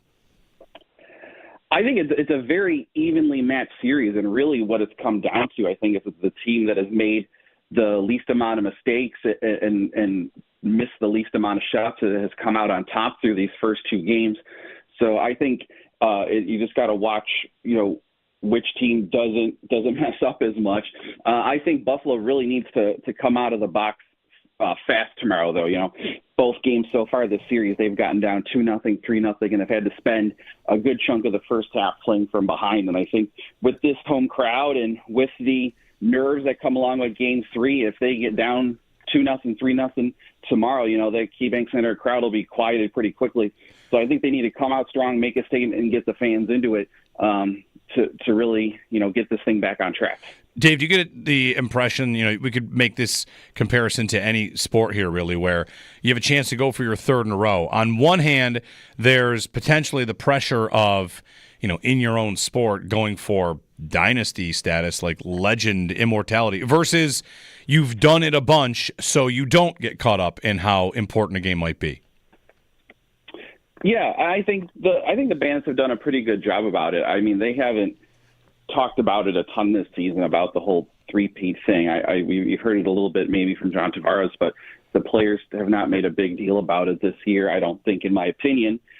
And I think that is one advantage the Bandits do have, is they are the veteran team that has been to the last 5 finals, whereas Saskatchewan, this group, at least altogether, it's their first time in the finals. They've got some guys with some finals appearances, like a guy like Robert Church, who was with the Rush the last time they went to the finals in 2018.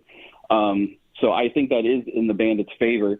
And I think we saw a little bit of that in Game 1, whereas Buffalo kind of went 10 rounds in Game 1, and Saskatchewan kind of petered out there towards the end of that opening game. And I think that chalked it up to that finals experience. One thing that happened in Game 2 there, talking with Dave Buchanan, sideline reporter for the Bandits, back-to-back champs going for number 3 tomorrow at KeyBank Center for a sold-out crowd. One thing we saw in Game 2, it's too bad it goes in a loss because it's one of the best goals you'll see. Chase Frazier on that. What's that move called, Dave? What do they got? Like a behind the back, between the legs, standard for Chase Frazier? Oh, yeah. I mean, he busts that out. For some reason, especially if it's the Toronto Rock in the playoffs, Chase likes to bust those behind the back and between the legs goals out. So that's nothing new from Chase. It's a fun way to, kind of get one of those juice goals, they like to call it, and get the team going. And it was like you watch Tehoga Nanticoke, he puts his hands to his face, and it's like that one gif you always see on Twitter of those group of kids, like, going nuts because their friend just did something really cool, and that one guy has his hands over his head. That's what Tehoga Nanticoke looked like behind the play as he saw that ball go in.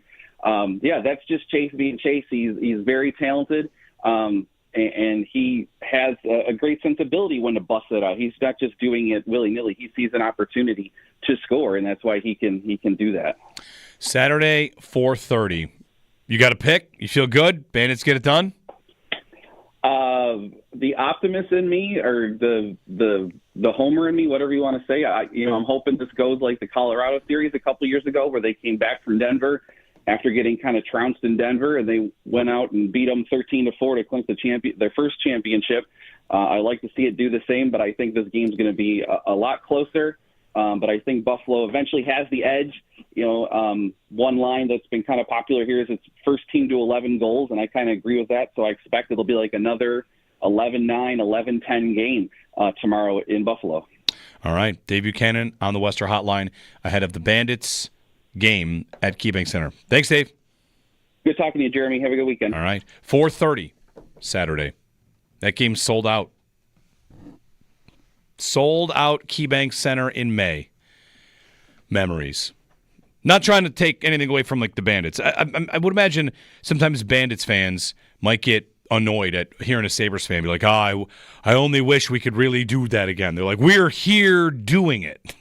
It's happening. It's Saturday, May 20th. Oh, we're here in a sold-out building with a chance to, have a really big game. But someday the Sabres again, we'll see. Bandits coverage on WGR begins at 4 o'clock tomorrow afternoon. So, gear up and pop it on. ESPN Plus, where you go to stream the Bandits games. I've been doing that every time they're on in these playoffs. So ESPN Plus for that. Also, of course, you got your full boat this weekend in the NHL. Got a quick thought on the Sabres. I have a thought for a minute for it here. Yeah, we'll do it and maybe we'll dig into this a little bit later. Brendan Shanahan out with the Leafs. Should I not bring up his name as an idea? And let me tell you why I don't want to do it. Whenever we mention somebody, the idea lasts 24 hours and that person is gone.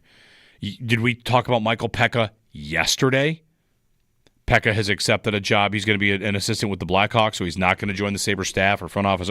So we mention a name like, hey, what about the Sabres grab so-and-so? And then by 4:15 today, actually he's jumping on somewhere else. Shanahan will just join the Red Wings front office later today if we suggest he should join the Sabres.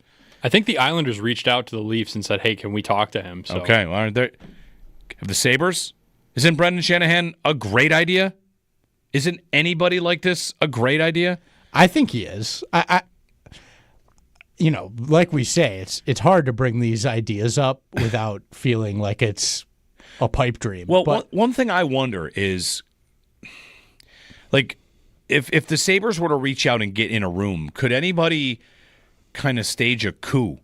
Could Terry Pegula be convinced he would work for me, but he doesn't want to work underneath Kevin Adams, so I'll just go ahead and give the reins to Brendan Shanahan? I mean, it's kind of hard to understand how things could happen given their structuring and how they work. But if you could get somebody that is accomplished, and Shanahan helped to take the Leafs from perennial nothing to powerhouse, if I could kind of say, regular season powerhouse. Granted, the way they did that was with hold on, let me check. A bunch of high picks. They did some free agency moves too. I think it might be valuable just to get in a room and see what he says about your team. Yeah. Like, even if you don't think you have a chance to get him. Wouldn't a person, and I'm trying not to like take a shot at Kevin Adams here, who, I think given resources this offseason could get this team to the playoffs with the right couple of moves, but wouldn't it be reasonable to think that a high-profile executive comes in and says, would do this with anybody, not even just with Kevin Adams. Doesn't have to be a Kevin Adams point. Would walk in and say, like, yeah, give the job to me. I'll get it done. Not I advise someone else on how to get it done, but give the job to me. I'll do it. I think that's kind of part of what he missed in Toronto a lot of the time was he always had somebody else. It was Lou, and then it was Dubas, and now it's been Tree. And I think he might want to really be president and GM, or like just have an organization completely in his control. One owner, unlike MLSE. I really like the idea. I think he could provide a lot of value. 803-0550. Joe Marino, Locked On Bills podcast. When we return, get his thoughts on the Bills being on Hard Knocks and his project there, the 10 most important Bills of the future. 803-0550. If you'd like to join us, 1-888-550. Bandits game on ESPN Plus. Also straight out on ESPN2. Thank you, Brandon, for pointing that out. ESPN2, and of course here on WGR.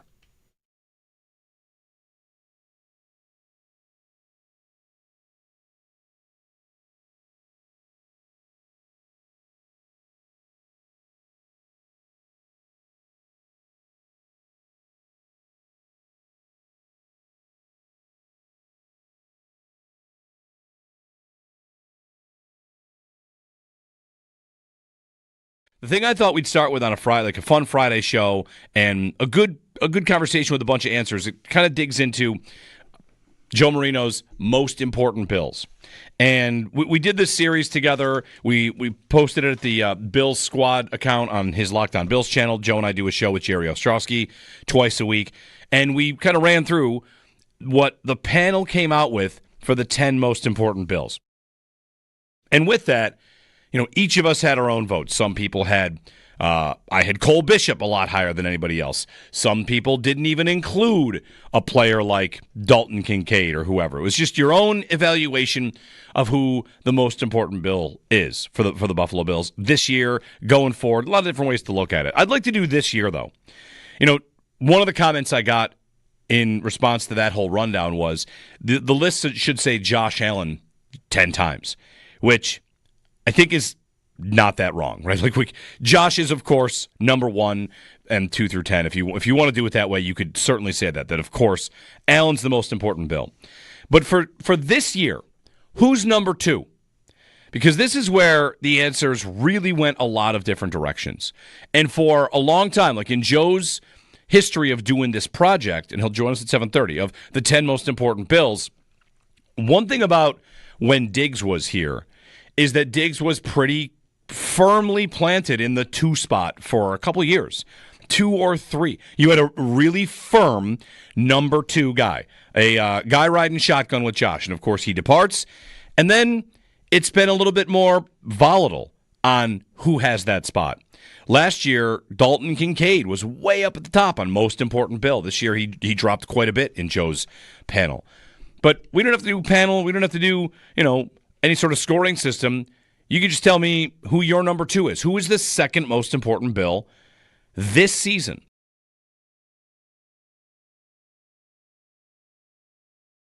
Game 3 tomorrow against Saskatchewan. What about this matchup, Dave, are people watching for? Like if you're going to be at the game or watching or listening, what is it about Saskatchewan that makes them tough?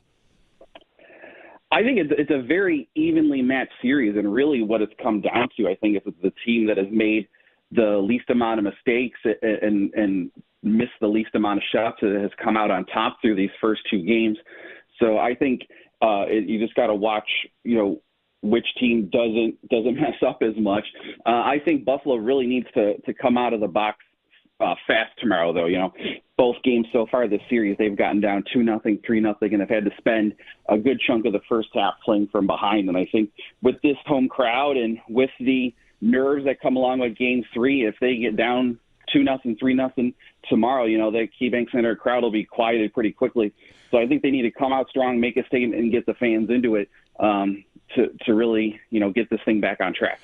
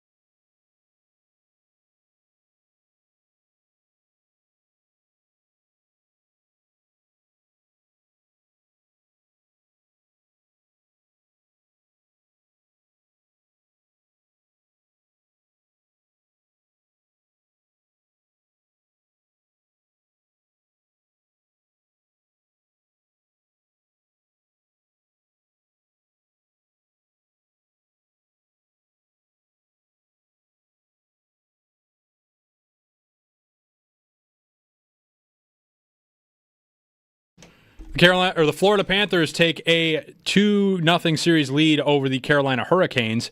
They won 5-0 last night. Sergei Bobrovsky gets his third shutout of the offseason. Panthers forward Sam Reinhart left the game early with a lower body injury, and head coach Paul Maurice noted in postgame he would have to undergo further evaluation before Game 3. Game 3 is tomorrow in Florida at 8 o'clock. The Oilers and Stars square off in Game 2 down in Dallas tonight. Dallas leads that series 1-0. Puck drop is set for 8 o'clock. Over in the NBA, the Thunder win over the Minnesota Timberwolves last night, 118-103. Shai Gilgeous-Alexander puts up 38 points. Game 3 is in Minnesota tomorrow at 8:30. And tonight in the NBA, the Knicks look to bounce back against the Pacers. Their tip-off is at 8:30 in MSG in New York City. The Amerks look to keep their playoff run alive tonight against the Rocket. The Laval Rocket currently hold a 2-1 series lead heading into Game 4 tonight after a 4-1 win on Wednesday. Puck drops at 7 o'clock. And tomorrow afternoon, the Bandits look for a three-peat. The Bandits and Rush will face off for Game 3 of a winner-take-all NLL final tomorrow at 4:30 at KeyBank Center. Another sellout for Bandit Land, so if you don't have tickets, tune in right here on WGR. Pregame starts at 4 and play-by-play coverage starting at 4:30. Those are your Paddock Chevrolet sports headlines. Paddock Chevrolet, celebrating 90 years of being your hometown dealership.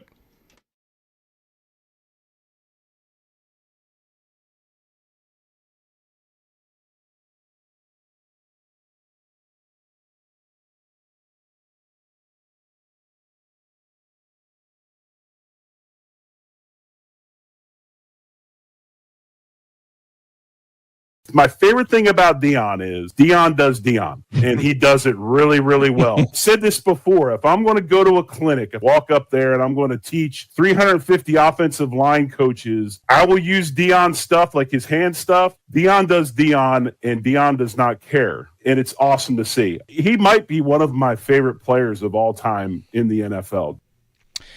It's Big Jerry Ostrowski on Dion Dawkins as part of Joe Marino's Top 10 Most Important Bills Players of the Future.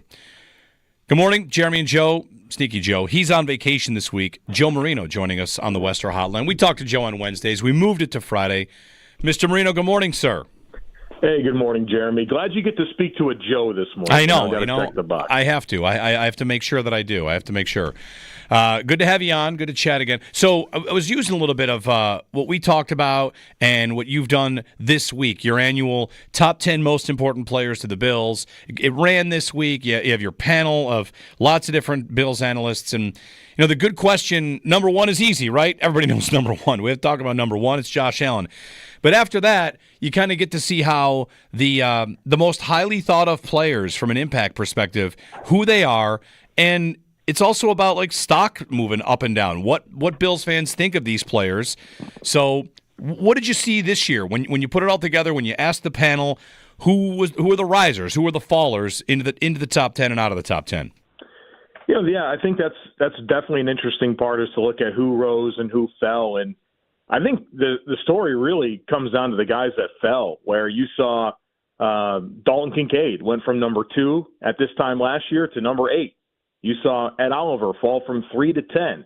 You saw Keon Coleman go from number 4, a guy that was the 33rd pick in the draft, and he fell all the way to 15. And even Matt Milano was number 8, was not ranked at all, didn't get a single vote this year. And so those were the names that really stood out in terms of fallers. And you could see, some of those guys had a level of disappointment, or basically the production didn't quite meet the expectation, right? I think you could say that about all 4 of those guys. But then on the other side of that are the guys who jumped up quite a bit. Christian Benford goes from 9 to 4. Spencer Brown from 13 to 5. Khalil Shakir, 14 to 7. Big risers as well. So that's kind of the interesting part about the other side of that equation. But, the panel rides the waves too. And it's funny how things can change dramatically year to year. I think this is maybe the best way to encapsulate all the changes. Is I've now done this project 5 years in a row. There has been 4 different number 2 players in that span, including the last 3 years, somebody different. In 23, it was Diggs. In 24, it was Kincaid. And now this year, it's Greg Rousseau. And so, this team's about Josh Allen. And that's kind of how you started to phrase this question about, how it really gets interesting at number 1. But it's really true. This is a team that their number 1 player in Josh Allen is probably, the gap between 1 to 2 for the Bills is probably bigger than any other team in the league. And maybe one of the next conversations that Bills fans start to have, like this offseason was about adding a bunch of players, but also about signing their own. And on your top 10, you see the guys that they signed. You know, they re-up Rousseau and Benford and Bernard and Shakir, 4 guys that got contracts. And one of the, I think, obvious questions as you start to turn to the future is, Joe, who's next? Like, who's next in line for a contract that Bills fans should keep an eye on? And, of course, I mean, who's next that's not named James Cook? He'll be the highest profile guy to talk about, and his expiring contract is a big part there. But who else is on the to-do list for Brandon Beane right now? Well, way to put that on a platter for me. Today's episode of Locked On Bills is literally me talking about the players on the roster that are due for a bump. And it does extend beyond James Cook. And I think that the marquee name is Connor McGovern, the Bills starting center. And he's set to play the last year of his deal this year. And certainly a huge piece of this offensive line and that entire transition that they undertook last year was rooted in getting Connor McGovern to the center position. And you'd like that to be more than a 2-year deal in terms of him playing that position and how important that is for the protection calls and being on the same page with Josh Allen. It wouldn't be a position I'd like to reset at. And you've seen some big center deals. I mean, the top of the market is Creed Humphrey. That's $18 million a season. I don't think we're talking there, but Cam Jurgens with the Eagles just got 17. Drew Dahlman, who went from the Falcons to the Bears, got 14. And I think that's probably where you start to talk about where it makes sense for Connor McGovern in terms of actual market value, right at about $14 million a season. And McGovern, in an interview that he did on Cover One with the film room there, said they talked after the season and they're tabled for now and said, look, he'd like to stay in Buffalo, but sometimes business can get in the way of those things. And he also made a point to say that when he came to Buffalo, he took less money than what was out there for other destinations. And so you could see that one being expensive, but one that I think should be a priority for the Bills. And then beyond that, I think it's the guys from the 2023 draft class that are extension eligible after this year, which would then be Osiris Torrance, the Dalton Kincaid conversation, and then another starter, David Edwards. And so really the story for me on who's next is it's the entire interior offensive line starters of David Edwards, Connor McGovern, and Osiris Torrance. Joe Marino, the Locked On Bills podcast on the Western Hotline. You know, Joe, I want to ask you about McGovern. I just quickly looked up his age, and he's 1 year younger than Mitch Morse. And, you know, age to a point is just a number. Here's Morse, whose career is over, right? I mean, he was contemplating retirement. Could he come back? How much longer could he do it? He had a bunch of concussion issues along the way. McGovern is 1 year younger, and I don't know. I'll confess to not knowing center age curves the way that I might know that for receivers and running backs, right? Like 27 is the magic number for running back, and for receiver it might be 30. For centers, how long do they last? How long can Connor McGovern expect to continue to play at a high level? Jeremy, I fear you may have looked at the other Connor McGovern's age from the Jets. The Bills' Connor McGovern is 27. You're right, I did. In November, yeah. Oh, it's happened to me in plenty of times. So I okay, I 27 for sure. Well, then standing down, 27 sounds great. Yeah, so that the age factor there with him, he'll be 27 for a good part of this season, 28 when he signs the extension. I think you'd probably be looking at a 5-year window of where you'd expect him to be a good starter. Probably right around the age that Mitch Morse was when he signed here. Yeah, I think you give him maybe a 4-year. $60 million deal that would get him at $15 million a season. That probably gets it done. But the question that you do have to ask yourself, and I think I've kind of made it clear that I hope that the Bills get something done with Connor McGovern. You might have to choose. You might have to choose between Torrance and McGovern. Yeah. And now you're talking about a younger player that you drafted. That's appealing. Can you pay them both? Can you pay Dawkins, Brown, McGovern, and Torrance? Great problem to have, right? This is a good offensive line. But do you at some point just have to lean into that you can't pay them all? You have a great offensive line coach in Aaron Comer and trust this pipeline that's been developing some players in an Alec Anderson or a Ryan Vandemark or a Cedric Van Pran-Granger or Tylen Grable. Tylen Grable's the name for me that I am just enthralled with. I thought he was terrific in the preseason last year. He won the swing tackle job twice, and that's notable because the first time he won it, he's a 6th-round rookie. He beat out Ryan Vandemark who was the swing tackle in 2023. Then Grable gets the core muscle injury and comes back and beats him out again later in the season. And so Grable's a guy that I think projects well to playing guard. And I think the easiest player to say, you know what, we'll move on from, that's probably David Edwards, because I think he's a good starter, but you start to ask yourself questions about replaceability and like what the ceiling is there, and you probably could move on there. You could look at Tylen Grable as maybe the successor at left guard, where from a measurables perspective, height, weight, length, Grable and Edwards are literally the same, and so that's definitely a path that I'm not sleeping on. Joe Marino, Locked On Bills podcast, joining us on the Western Hotline.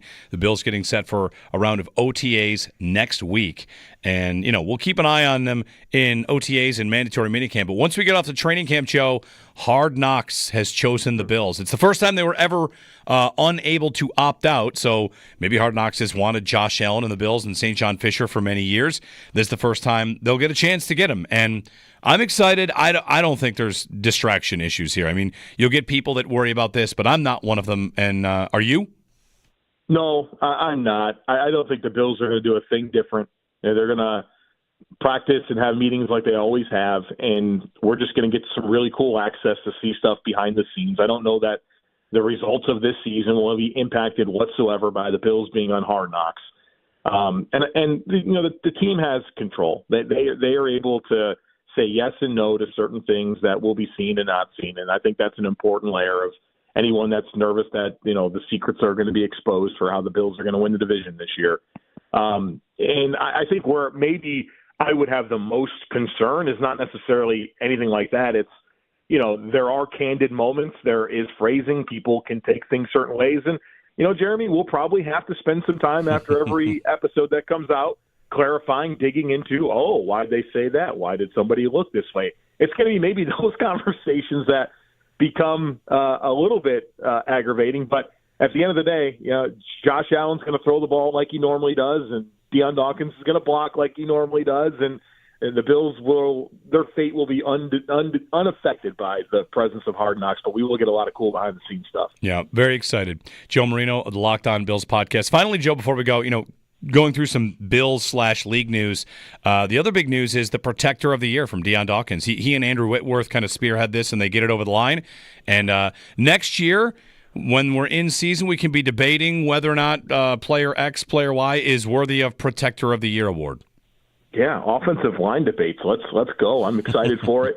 It was really cool to listen to Deion talk about, of course, the genesis of it and what he did to get it done, but really the selection process, where you and I and Jerry Ostrowski had a conversation on Bill Squad on Thursday about how unique of an award it is, and I guess we just assumed it would be the regular voting process for all the other awards, but it's not, right? There's like a committee that is based on players that care about these certain analytics, and it sounds like it's a pretty thorough process to get the right names on the board, because it's no longer, look at how many touchdowns this guy scored and how many yards they had, right? It's not that.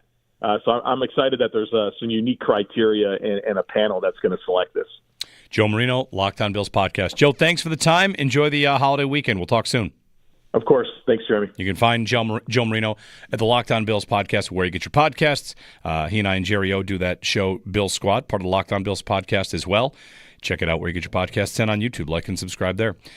803-0550 and 1-888-550-2550. Memorial Day weekend upon us. Rain. Is it currently raining? Yes. I'm just going to say yes, wherever you are. It might be. You see, it actually doesn't look like it is. No? Right around us? You could walk outside and not get hit with a raindrop? Well, the wind might blow it off the trees, but I don't think it's currently falling from the sky. All right. Wait 5 minutes. It's a lot of rain. A lot of rain. All right. When we get back, got a couple things to get to. Matt Perino of the Shout podcast, he'll join us top of the hour. I want to talk to him not only about the Bills, but about Patchy Mix. UFC 316 on the way, and we've got a Buffalo guy in there, an Angola guy. So, maybe a reason to kind of jump behind a UFC fighter if you're interested in that. We'll get the story of Patchy Mix coming up at 8 o'clock and some Bills talk with Matt Perino. It's all coming up. 803-0550, open phone line for you on the most important bill that's not Josh Allen, and, some General Friday stuff that we've been getting to. 803-0550 here on WGR.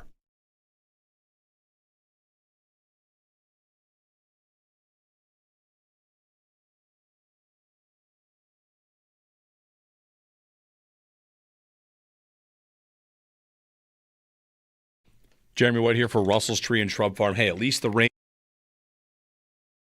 Game 3 tomorrow against Saskatchewan. What about this matchup, Dave, are people watching for? Like, if you're going to be at the game or watching or listening, what is it about Saskatchewan that makes them tough? I think it's a very evenly matched series, and really what it's come down to, I think, is it's the team that has made the least amount of mistakes and missed the least amount of shots that has come out on top through these first two games. So I think you just got to watch, which team doesn't mess up as much. I think Buffalo really needs to come out of the box fast tomorrow, though. Both games so far this series, they've gotten down 2-0, 3-0, and have had to spend a good chunk of the first half playing from behind. And I think with this home crowd and with the nerves that come along with Game 3, if they get down 2-0, 3-0 tomorrow, the KeyBank Center crowd will be quieted pretty quickly. So I think they need to come out strong, make a statement, and get the fans into it to really, get this thing back on track.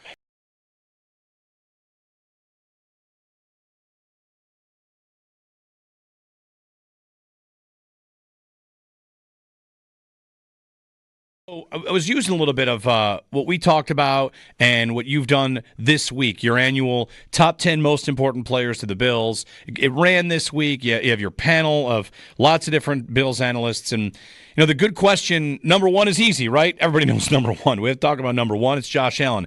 But after that, you kind of get to see how the most highly thought of players from an impact perspective, who they are, and it's also about like stock moving up and down. What Bills fans think of these players. So, what did you see this year when you put it all together? When you asked the panel, who are the risers, who are the fallers into the top 10 and out of the top 10? Yeah, I think that's definitely an interesting part, is to look at who rose and who fell. And I think the story really comes down to the guys that fell, where you saw Dalton Kincaid went from number 2 at this time last year to number 8. You saw Ed Oliver fall from 3 to 10. You saw Keon Coleman go from number 4, a guy that was the 33rd pick in the draft, and he fell all the way to 15. And even Matt Milano was number 8, was not ranked at all, didn't get a single vote this year. And so those were the names that really stood out in terms of fallers. And you could see, some of those guys had a level of disappointment, or basically the production didn't quite meet the expectation, right? I think you could say that about all 4 of those guys.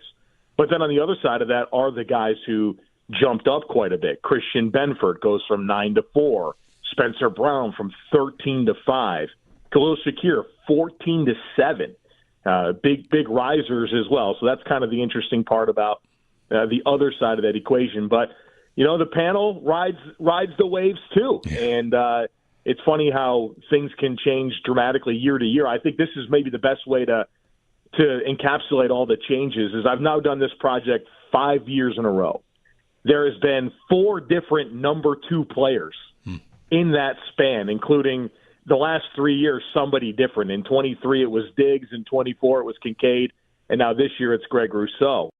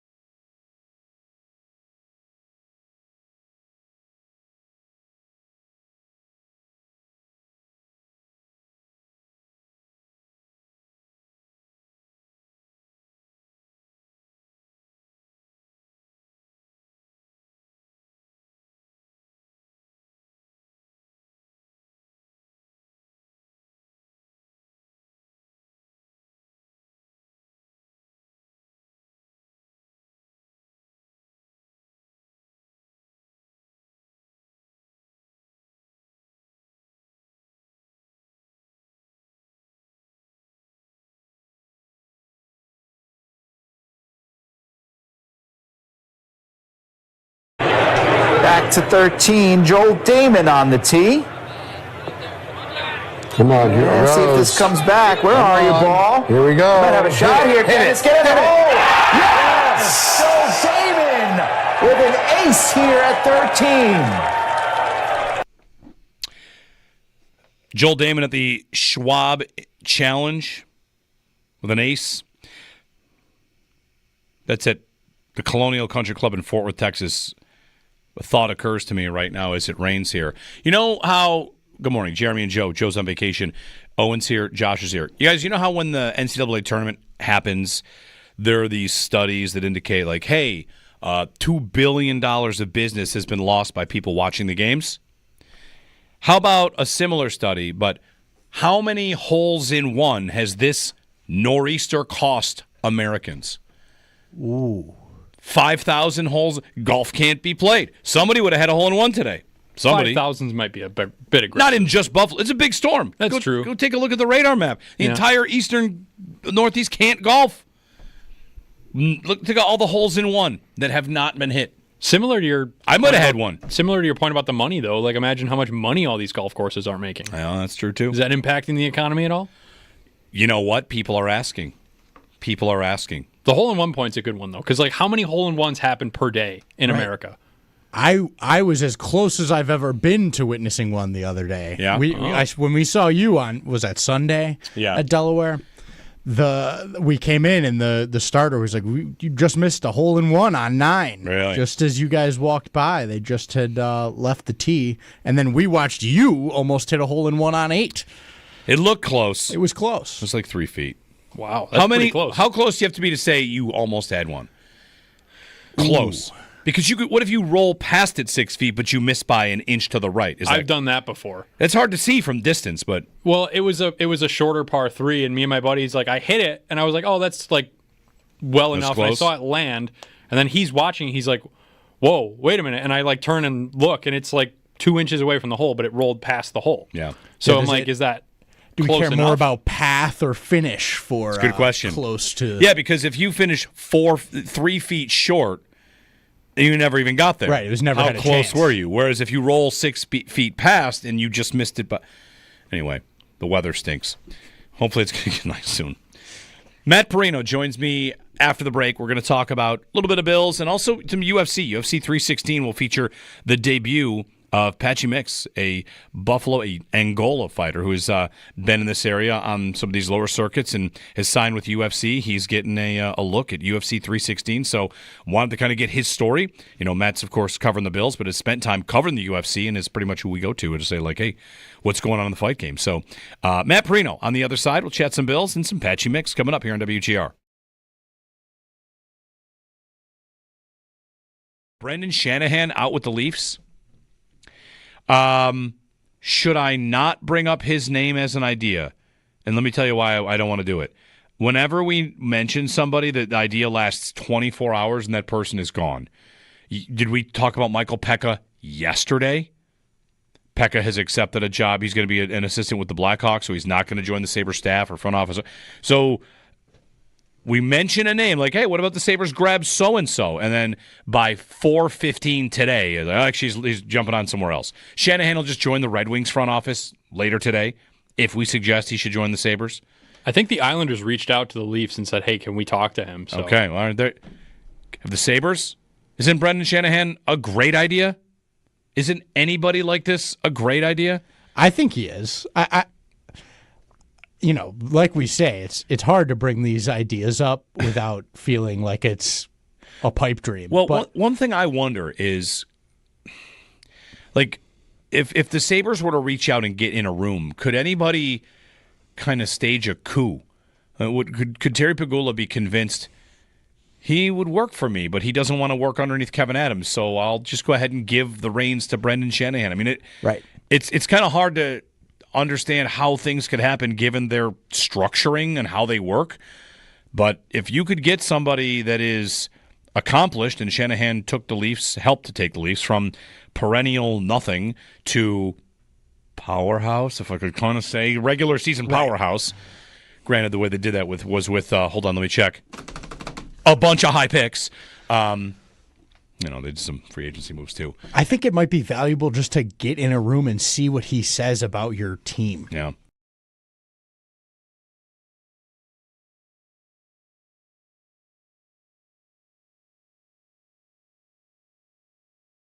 Game 3 tomorrow against Saskatchewan. What about this matchup, Dave, are people watching for? Like, if you're going to be at the game or watching or listening, what is it about Saskatchewan that makes them tough? I think it's a very evenly matched series, and really what it's come down to, I think, is it's the team that has made the least amount of mistakes and missed the least amount of shots that has come out on top through these first two games. So I think you just got to watch, which team doesn't mess up as much. I think Buffalo really needs to come out of the box fast tomorrow, though. Both games so far this series, they've gotten down 2-0, 3-0, and have had to spend a good chunk of the first half playing from behind. And I think with this home crowd and with the nerves that come along with Game 3, if they get down 2-0, 3-0 tomorrow, the KeyBank Center crowd will be quieted pretty quickly. So I think they need to come out strong, make a statement, and get the fans into it to really, get this thing back on track.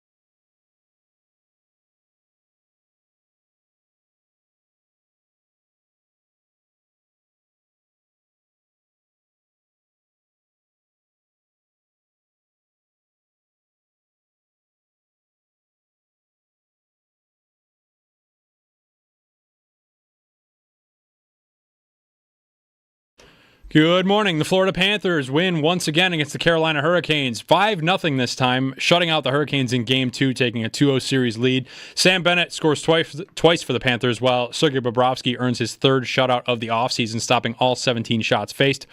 Panthers forward Sam Reinhart left the game early with a lower body injury, and head coach Paul Maurice noted in postgame that he'd have to undergo further evaluation before Game 3. Game 3 is now in Toronto, and that is tomorrow at 8 o'clock. Now in Florida, and that is tomorrow at 8 o'clock. Tonight, the Edmonton Oilers look to even their series with the Dallas Stars in Game 2 of the Western Conference Finals. Puck drop in Dallas is at 8 o'clock. Over in the NBA, Shai Gilgeous-Alexander showed the world why he was named MVP last night, hanging 38 points on the Minnesota Timberwolves. His performance helped the Thunder win Game 2 118-103, taking a 2-0 series lead. Game 3 is in Minnesota tomorrow at 8:30. Tonight in the NBA, Game 2 of the Eastern Conference Finals between the New York Knicks and Indiana Pacers, as the Knicks look to try to bounce back from a complete collapse in Game 1. Tip-off is at 8:30. The Rochester Americans hope to keep their playoff run alive tonight against the Laval Rocket. Laval currently holds a 2-1 series lead headed into Game 4 after winning 4-1 on Wednesday. Puck drop is at 7 o'clock tonight. And tomorrow afternoon, the Bandits are hoping to complete their three-peat. The Bandits and Saskatchewan Rush face off for Game 3 of the NLL Final tomorrow at 4:30 at KeyBank Center. Another sellout for Banditland, so if you don't have tickets, you can tune in right here on WGR. Pregame starts at 4 and play-by-play coverage starts at 4:30. That's your Paddock Chevrolet Sports Update. Paddock Chevrolet celebrating 90 years of being your hometown dealership. I'm Josh Schmidt for WGR Sports Radio 550.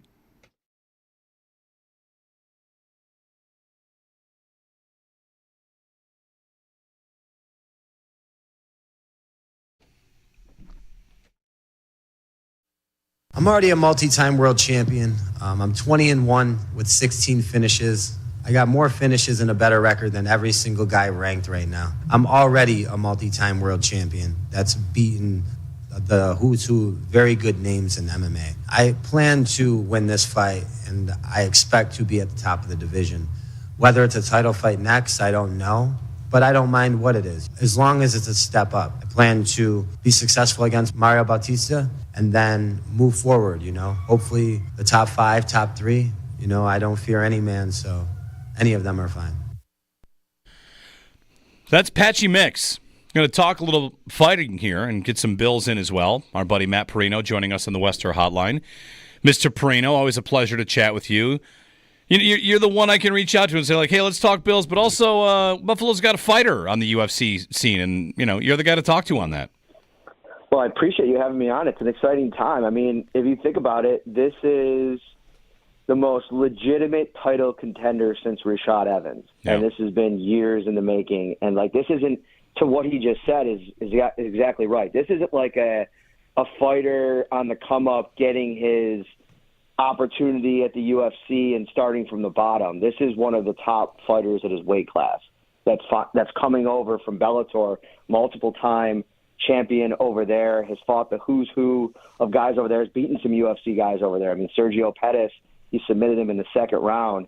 And he's coming in. I mean, he wants to put on a show against Batista, 316. He wins that.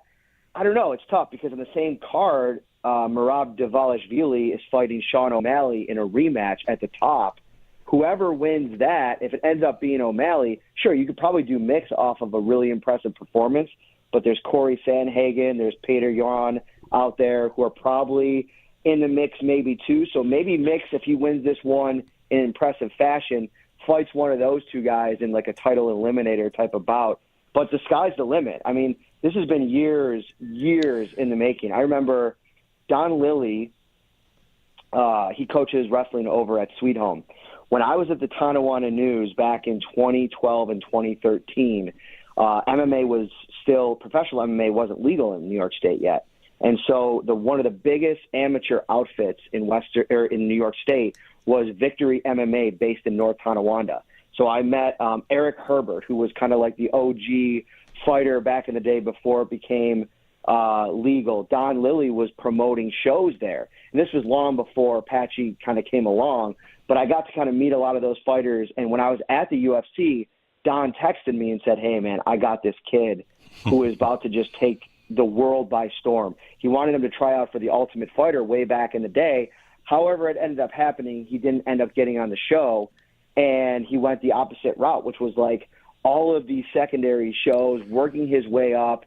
I mean, to put it in perspective, Jeremy, he's got 15 of his 20 career wins are by submission. Yeah. In the UFC, Charles Oliveira holds the record for 16 submission wins all time. So this is one of the most decorated fighters outside of the UFC, coming for, to prove to the world that he's what he's been outside the UFC or outside the UFC. Matt Perino, we'll get to Bills in a minute. So, Matt, tell us a little bit. You're starting there. The context of why Patchy Mix's name is coming out right now. Looking back on his fight history, he has one career loss. But I'm looking at King of the Cage. He's fighting in Salamanca, like he's fighting in Seneca Allegheny and making his way up from Angola and just dominant. So for people that don't really understand or don't know the structure of how you rise up from, the lower levels to get to UFC, how do you take that road, and how has he maneuvered it to get to this point where, I mean, you've already said kind of like this isn't necessarily a big break, but this is a call up to the majors to a degree, or signing with the premier card? He was in the majors, but he was just playing overseas. Yeah. Kind of like, like the top league overseas. Because some of those Bellator fighters, like the guy that he lost to, Juan Archuleta, I mean, that was by decision. He's, of his last 14 fights, I think he's finished 8 or 9 of them. I mean, he's been as dominant as it gets. But to your point, when you're coming up, you have to fight on like regional shows to start with and really make a name for yourself. The guys that really have a breakthrough, usually it comes in the UFC by either being so dominant that you're just like destroying people, or you get on the Ultimate Fighter and work your way up there, or maybe Dana White on his it's Dana White looking for a fight. He goes around the world and he goes to shows and tries to find talent, and they do it like a documentary style reality show. And then they also now have, the last couple of years, going back to when I was there, Dana White's Contender Series. So, like, they go out, he has a bunch of scouts that go out and try to find all these fighters, and they invite them to the Contender Series. Well, when the Contender Series started, Patchy had already kind of been winning at some of the higher level shows. And when you sign with Bellator, I mean, Bellator for a long time they were attempting to compete with the UFC. So they had bought a lot of fighters. They had a lot of top tier guys. I mean, if you think about it over the last couple of years, Michael Chandler, who they've been trying to set up with with Conor McGregor in a big high profile fight, he was like the king of Bellator. I mean, he was their champion over there. He's winning a lot over there. So what Patchy has done, I think it's just been a matter of time before he was going to get his chance over there. And his fiance, Tatiana Suarez, just fought for, I believe it was the strawweight title over there. She's phenomenal. A wrestling background. And that's a little bit more about Patchy. This is a guy that has a wrestling background, is a master on the mat. Like, if he gets you to the ground, it's game over. He has so many different submissions from so many different positions and angles. It's almost like there's a panic that sets in. He's one of those guys that when it goes to the ground, even the most decorated Brazilian Jiu-Jitsu fighters don't have a lot of answers for him. So, and he's so good on the feet too. Like, I think people are going to be really excited watching him this in a couple weeks here. Yeah, June 7th, UFC 316, Patchy Mix, Angola/Buffalo. We're gonna go ahead and claim him and make him one of Buffalo's own. He's fought in this area before. 20-1. A good indicator that he's kind of new to the UFC scene, Matt, is if I type in UFC 316 on Google, everybody's got a headshot except him. He's got like that little blank icon. So I don't think that's going to last very long. We'll wish him well. And UFC 316, June 7th for Patchy Mix. So reason to get excited. And throwing back, you mentioned Rashad Evans. That was a guy who fought out of what? It was from Niagara Falls. Was Rashad Evans from Niagara Falls? So watching, getting behind a local guy, like whatever. It's a reason to kind of jump in. Definitely, and right now there is opportunity in the UFC. I mean, we're past the age of Conor McGregor and Ronda Rousey, and even John Jones, who's kind of been toying this super fight with Tom Aspinall. It seems like he's kind of more, in the vibe that he's going to retire than fight a young up-and-comer. So it's really a new era, and there's so much opportunity for guys that come on and put on a show, go on a little bit of a winning streak. Patchy, the other thing, too, about him is, like, when you get a chance to he's kind of reserved. Like if you were to go to one of his events or he does a lot of local stuff here on the scene. He teaches classes, he does events. He's very unassuming, but like when you get him on the mic, like he does have like a flair to him. So I think that if he comes out and he starts stopping people, the sky's the limit. And they're looking for the next big superstar. And Patchy comes in as one of the most decorated submission fighters the UFC has seen in a long time. Matt Perino on the Western Hotline. Little Patchy makes the UFC. From knockouts to hard knocks. How you like that transition? Yeah. Thank you.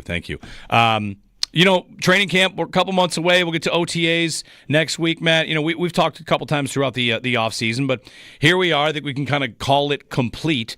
And the next stage is, what the Bills are going to do behind the scenes. And then it's going to be what they do in front of the cameras at St. John Fisher, in front of us, and in front of HBO. I don't know how you feel about it. I think most people that like, to see a little behind the scenes, to see a little personality, what the Bills have to offer, are really excited about Hard Knocks. And I don't know, man. I feel personally like any sort of distraction talk. This is not a young team. This is not a dramatic team. My comparison is like if a Rex team got Hard Knocks, I'd be worried about a sideshow. But with the Sean McDermott, Brandon Beane team, I just don't think that's really a big concern. I asked the guy, Brandon and Sean about this at training camp last year, and John Scott actually put out the clip this week of them talking about it. It seemed like Beane was much more like, oh gosh, don't give us Hard Knocks, and Sean maybe seemed a little bit more open to it.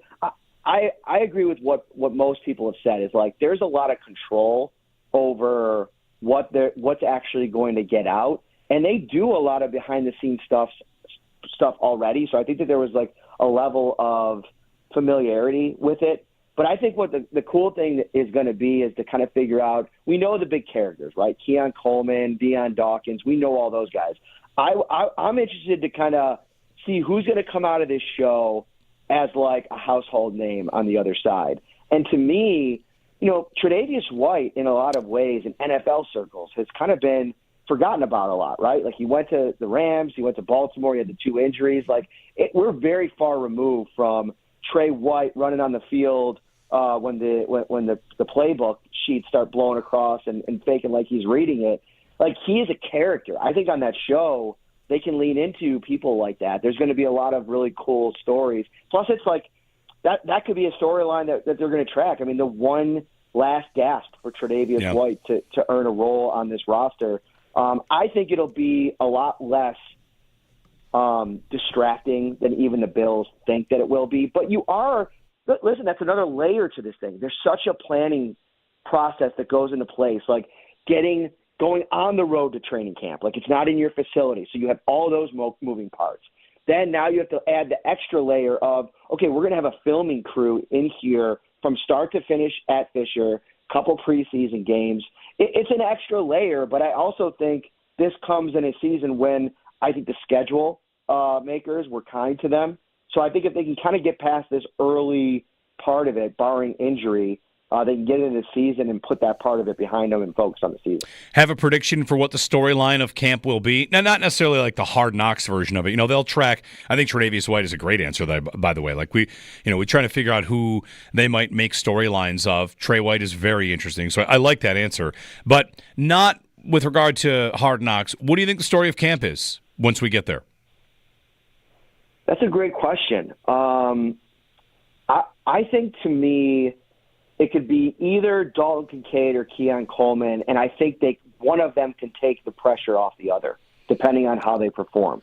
Like if one of these guys is a camp darling, is a preseason performer, like they told you what they think of Keon Coleman by their approach at receiver this offseason, right? Like they drafted him at 33.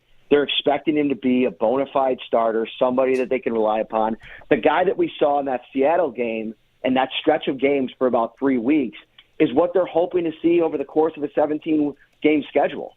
And if he turns into that, I think that lessens the importance on Dalton Kincaid taking a huge step. Now, I think they want both of those things to happen? 100%.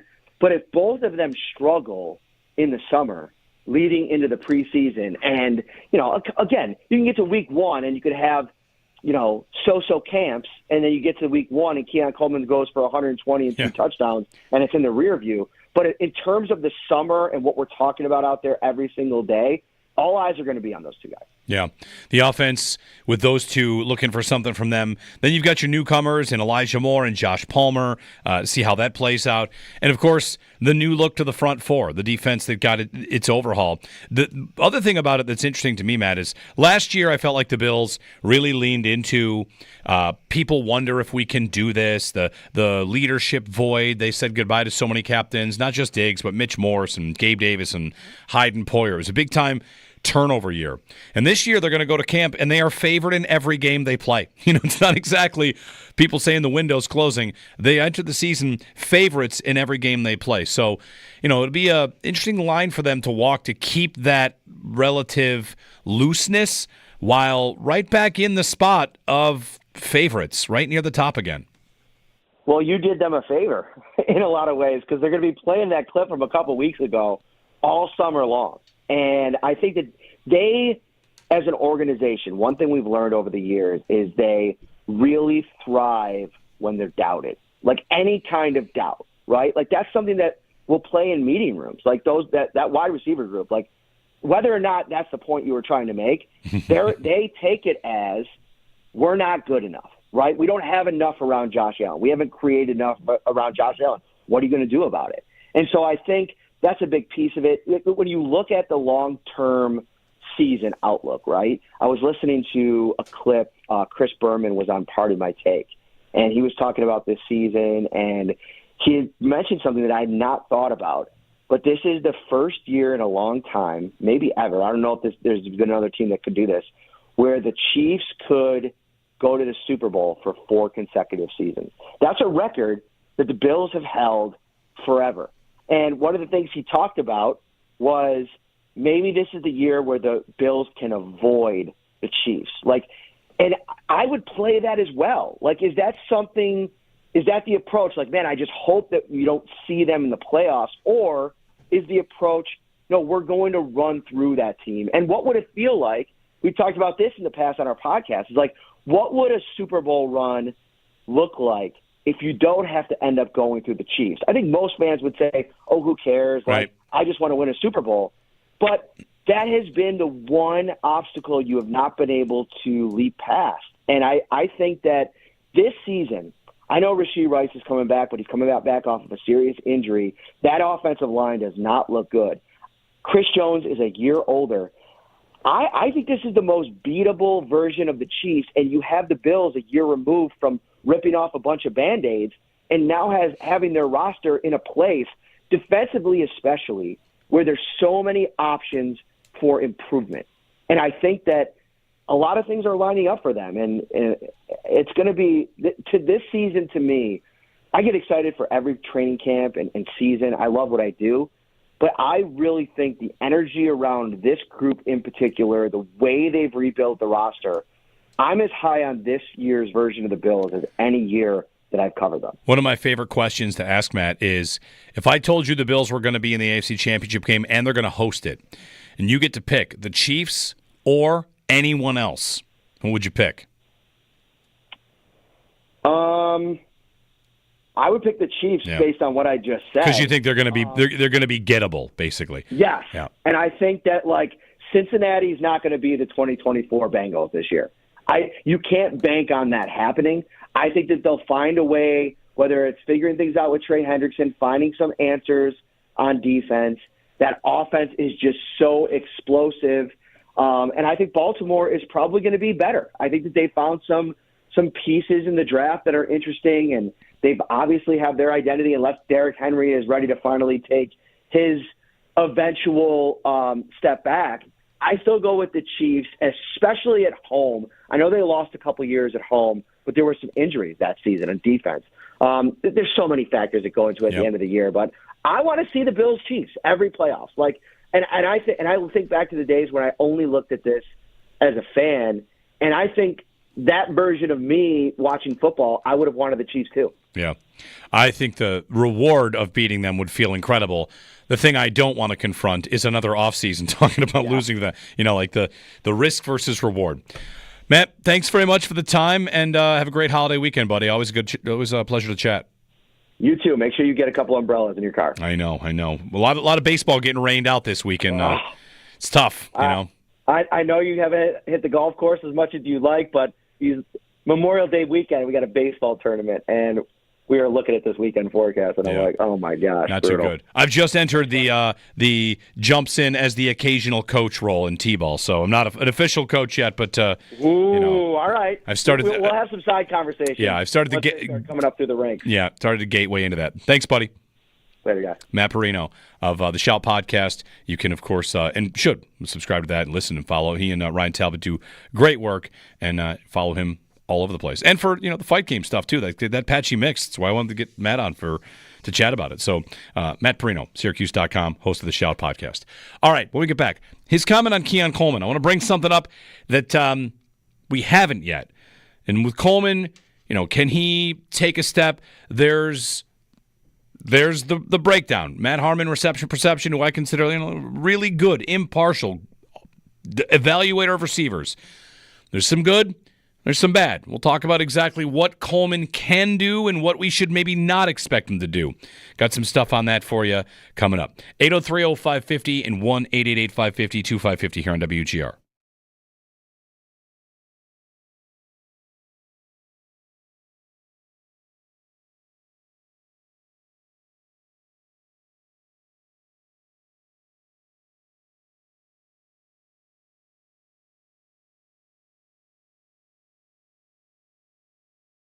I was using a little bit of what we talked about and what you've done this week, your annual top 10 most important players to the Bills. It ran this week. You have your panel of lots of different Bills analysts. And, the good question, number one is easy, right? Everybody knows number one. We have to talk about number one. It's Josh Allen. But after that, you kind of get to see how the most highly thought of players from an impact perspective, who they are, and it's also about stock moving up and down. What Bills fans think of these players. So, what did you see this year when you put it all together? When you asked the panel, who are the risers, who are the fallers into the top 10 and out of the top 10? Yeah, I think that's definitely an interesting part is to look at who rose and who fell, and I think the story really comes down to the guys that fell. Where you saw Dalton Kincaid went from number 2 at this time last year to number 8. You saw Ed Oliver fall from 3 to 10. You saw Keon Coleman go from number 4, a guy that was the 33rd pick in the draft, and he fell all the way to 15. And even Matt Milano was number 8, was not ranked at all, didn't get a single vote this year. And so those were the names that really stood out in terms of fallers. And you could see, some of those guys had a level of disappointment, or basically the production didn't quite meet the expectation, right? I think you could say that about all 4 of those guys. But then on the other side of that are the guys who jumped up quite a bit. Christian Benford goes from 9 to 4. Spencer Brown from 13 to 5. Khalil Shakir, 14 to 7. Big risers as well. So that's kind of the interesting part about the other side of that equation. But, the panel rides the waves too. And it's funny how things can change dramatically year to year. I think this is maybe the best way to encapsulate all the changes is I've now done this project 5 years in a row. There has been 4 different number 2 players in that span, including the last 3 years, somebody different. In 23, it was Diggs. In 24, it was Kincaid. And now this year, it's Greg Rousseau.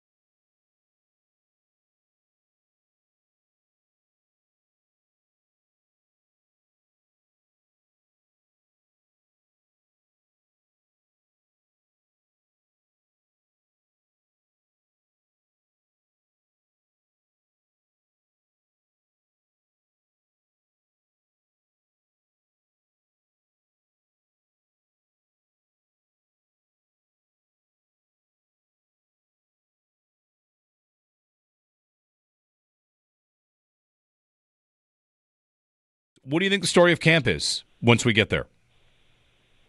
That's a great question. I think, to me, it could be either Dalton Kincaid or Keon Coleman, and I think one of them can take the pressure off the other, depending on how they perform. Like, if one of these guys is a camp darling, is a preseason performer, like, they told you what they think of Keon Coleman by their approach at receiver this offseason, right? Like, they drafted him at 33. They're expecting him to be a bona fide starter, somebody that they can rely upon. The guy that we saw in that Seattle game and that stretch of games for about 3 weeks is what they're hoping to see over the course of a 17-game schedule. And if he turns into that, I think that lessens the importance on Dalton Kincaid taking a huge step. Now, I think they want both of those things to happen, 100%.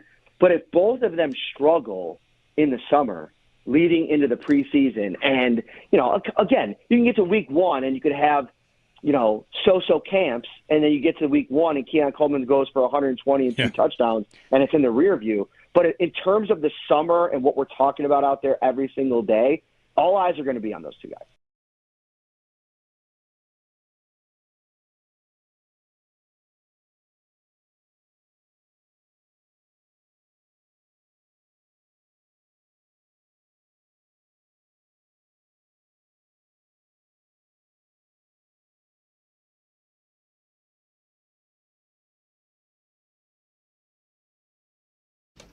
The Florida Panthers get a big win over the Carolina Hurricanes last night, 5-0. Now they take a 2-0 series lead over the Hurricanes. Game 3 is in Florida tomorrow at 8 o'clock. Tonight, the Oilers look to even their series with the Stars in Game 2 of the Western Conference Finals. Puck drop in Dallas is at 8 o'clock. Over in the NBA last night, the Thunder get a big win over the Minnesota Timberwolves. They take a 2-0 series lead as well. Game 3 is in Minnesota tomorrow at 8:30. Tonight in the NBA, Game 2 of the Eastern Conference Finals. Between the New York Knicks and Indiana Pacers as the Knicks try to bounce back from a complete collapse in Game 1. Tip-off is at 8:30 in MSG. Rochester Americans look to keep their playoff run alive tonight against the Laval Rocket. Laval currently holds a 2-1 series lead after winning Game 3 on Wednesday 4-1. Game 4 is tonight at 7 o'clock. And tomorrow afternoon, the Bandits look to complete their three-peat. The Bandits and Rush face off for Game 3 of the NLL Final tomorrow at 4:30 at KeyBank Center. Another sellout for Banditland, so if you don't have tickets, you can tune in right here on WGR for pregame at 4 o'clock with play-by-play coverage starting at 4:30. Those are your Paddock Chevrolet sports headlines. Paddock Chevrolet, celebrating 90 years of being your hometown dealership.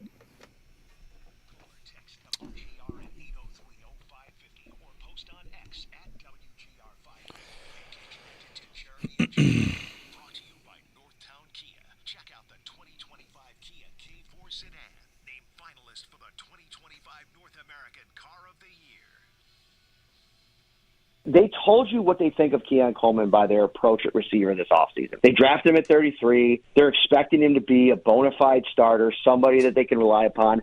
The guy that we saw in that Seattle game and that stretch of games for about 3 weeks is what they're hoping to see over the course of a 17-game schedule. If he turns into that, I think that lessens the importance on Dalton Kincaid taking a huge step. Matt Perino of the Shout Podcast. Chatted a little Bills last segment. I wanted to talk Keon Coleman here for a minute because I think there's a good conversation to be had about him as we look to the Bills training camp and what we're going to watch for with Coleman. And if you have a thought on Coleman, give me a ring, 803-0550. Wide open phones right here for you. But I like to bring up reception perception, Matt Harmon. Good or bad, we bring up his profiles on players when they're going to think about being drafted and when they're on the team, all the way back to Diggs and Davis and Elijah Moore, his draft status. And I feel like Matt Harmon does a really good job just isolating receivers, what they do well, how they're used. And with Coleman, I'm gonna say something. There's some bad in here, but there's also some good in here, and there's a key kind of point, key dividing line in the point. And what that is so when Matt Harmon does his rankings and when he does his breakdowns, you've probably seen, if you're on Twitter or anywhere, you see the route tree with the greens and the reds, and does this guy run this route well, or is he bad at it? And if you were to see Keon Coleman's, what you would see is lots of red, which is bad. Lot of red. He's not very good at any route in the tree that the Bills had him running outside of slants and screens. Everything else was kind of bad. His percentile that he beat man coverage was very, very bad. Third percentile. Like Keon was not getting separation, was not getting open. And that was in the scouting report. And here's where the key line comes down on, well, what does that have to mean? And Harmon's one, as many other people in the draft thought Coleman would be better suited as a power slot. If you give him a little bit of a different job, he could really flourish. And the Bills didn't show much interest in doing that last year. And the way to kind of talk about this is to say, well, what would be the best thing for Keon Coleman, and what would be the best thing for the Bills?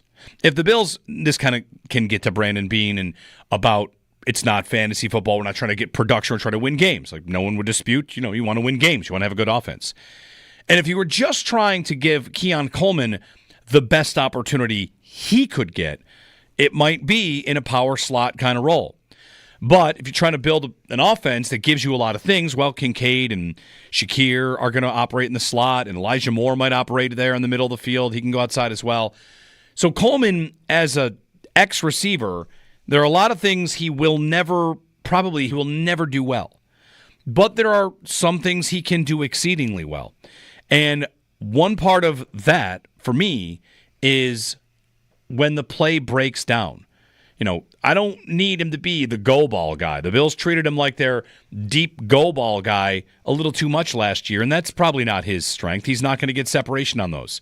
Back shoulder, end zone fades, maybe stuff like that, above the rim kind of stuff, right? Some of his highlights were above the rim.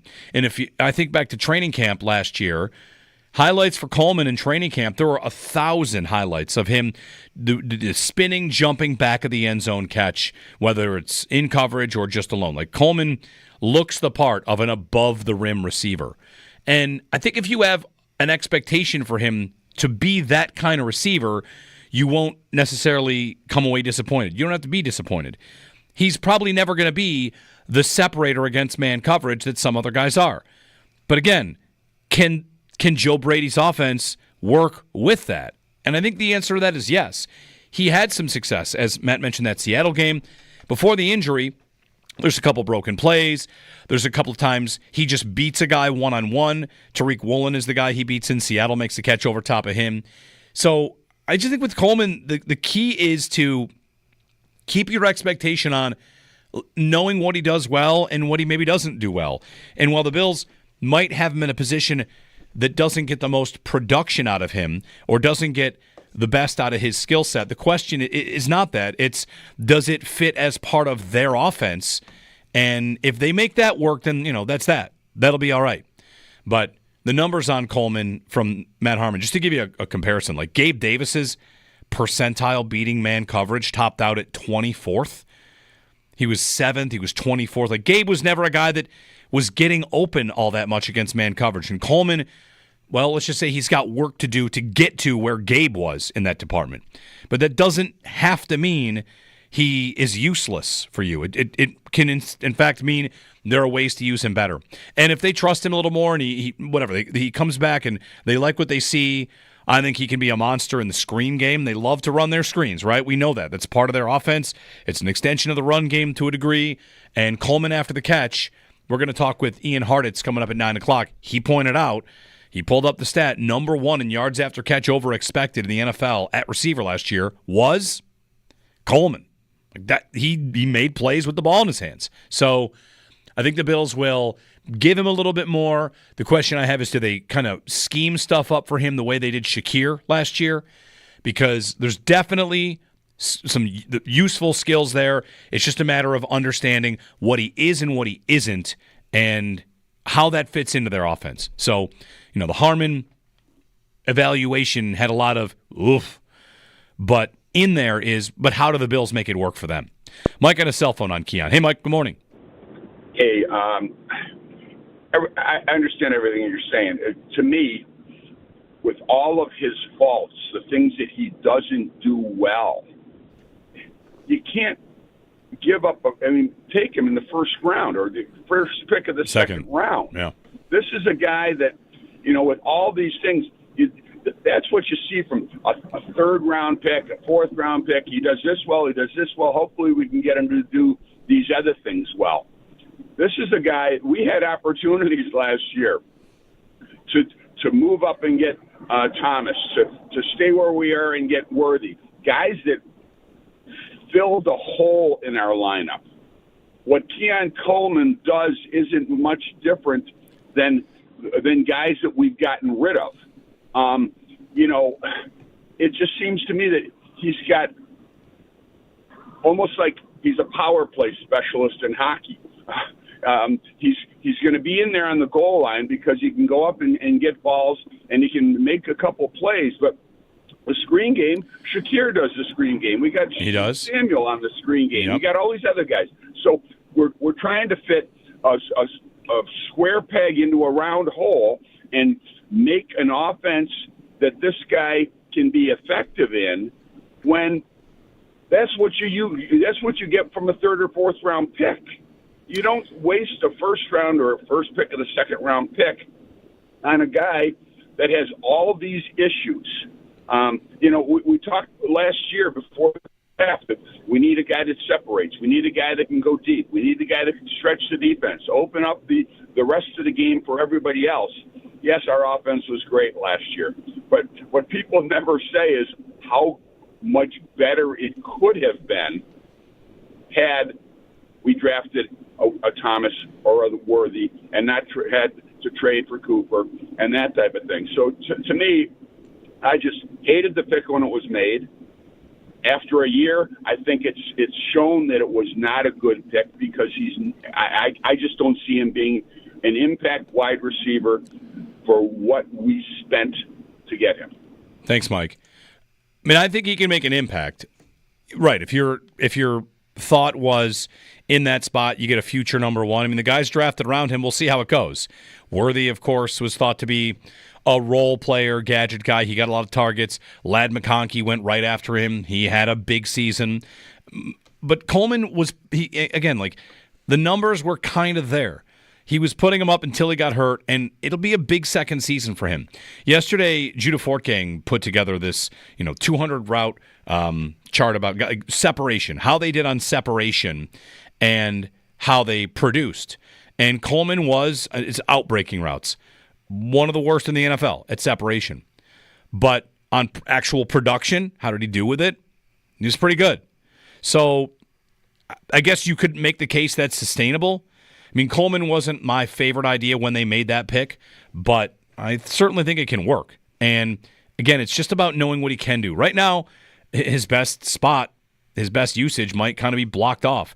And that's where, as we get to one of the big questions Bills fans will have this offseason will be like Kincaid or Coleman. If you're gonna pick one to hit their ceiling, who would it be? My pick to hit the ceiling would be Kincaid because I think the ceiling for what he individually can do might be higher. Finding a way to use him, finding a way to get him the ball more, that might be one of the biggest jobs. And it's funny, like Matt Perino, their previous segment, he said they're going to use the doubting of the receiver as fuel, and that's fine. They can do that. They were more doubted at receiver a year ago than they are now. A year ago, they were in much worse shape. And, the point that a lot of us have been making about receivers that they should be investing picks instead of just, spending guys in free agency and, be a little bit more forward thinking about building a core and always having it there as opposed to turning it over a lot. So it's not that their receivers are bad. I don't think they have a great group, but they're in a better spot than they were last year. There's no doubt about that. I mean, last year, again, like Matt Collins, we didn't know what to expect, and MVS are the guys they're talking about out there. And now Josh Palmer is better than both those ideas. And Elijah Moore is better than any of the street guys they would have brought in to say maybe this guy can make it. So I think they're in a better spot than they were last year. And with Coleman, we're looking at year 2 versus year 1. How big of a bump can there be from year 1 to year 2 for Coleman? I'm just keeping it in check. I guess that's what it comes down to. Like if you're thinking, can he pop like Brian Thomas Jr.? I'm ready to be wrong on this. I don't even consider that a possibility. I'm hoping he can just be the guy, be Gabe, really.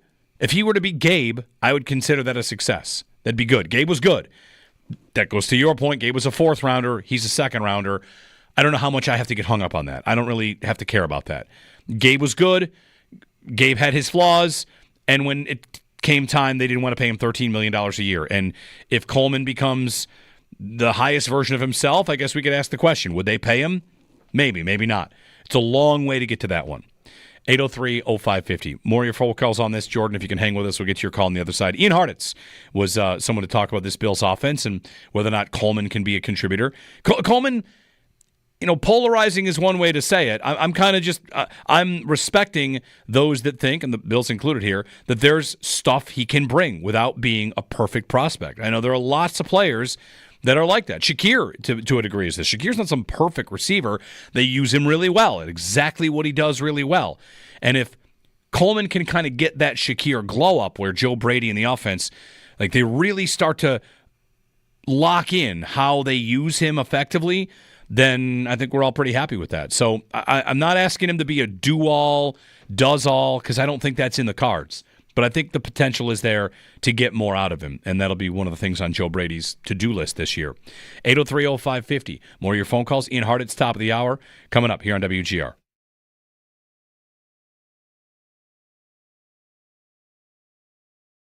What do you think the story of camp is once we get there? That's a great question. I think, to me, it could be either Dalton Kincaid or Keon Coleman, and I think one of them can take the pressure off the other, depending on how they perform. Like, if one of these guys is a camp darling, is a preseason performer, like, they told you what they think of Keon Coleman by their approach at receiver this offseason, right? Like, they drafted him at 33. They're expecting him to be a bona fide starter, somebody that they can rely upon. The guy that we saw in that Seattle game and that stretch of games for about 3 weeks is what they're hoping to see over the course of a 17-game schedule. And if he turns into that, I think that lessens the importance on Dalton Kincaid taking a huge step. Now, I think they want both of those things to happen? 100%. But if both of them struggle in the summer, leading into the preseason, and, again, you can get to week one and you could have, so-so camps, and then you get to week one and Keon Coleman goes for 120 and 2 touchdowns, and it's in the rear view. But in terms of the summer and what we're talking about out there every single day, all eyes are going to be on those two guys.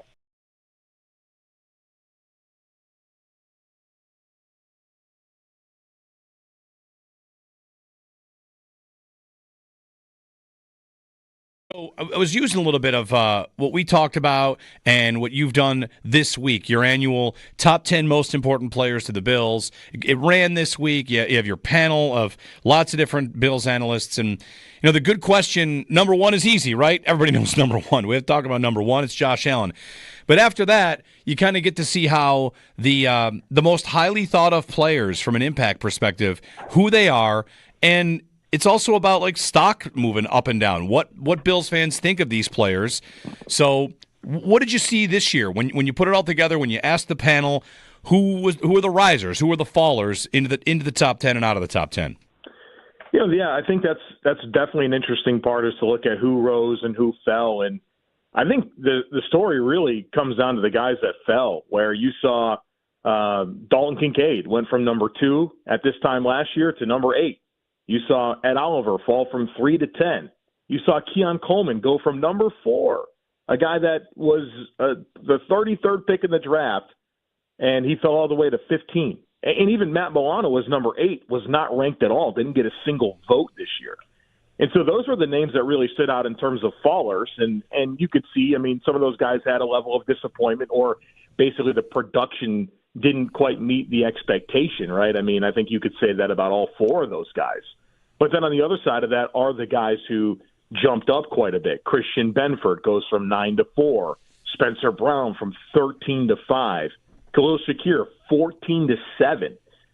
Big risers as well. So that's kind of the interesting part about the other side of that equation. But, the panel rides the waves too. And it's funny how things can change dramatically year to year. I think this is maybe the best way to encapsulate all the changes. Is I've now done this project 5 years in a row. There has been 4 different number 2 players in that span, including the last 3 years, somebody different. In 23, it was Diggs. In 24, it was Kincaid. And now this year, it's Greg Rousseau.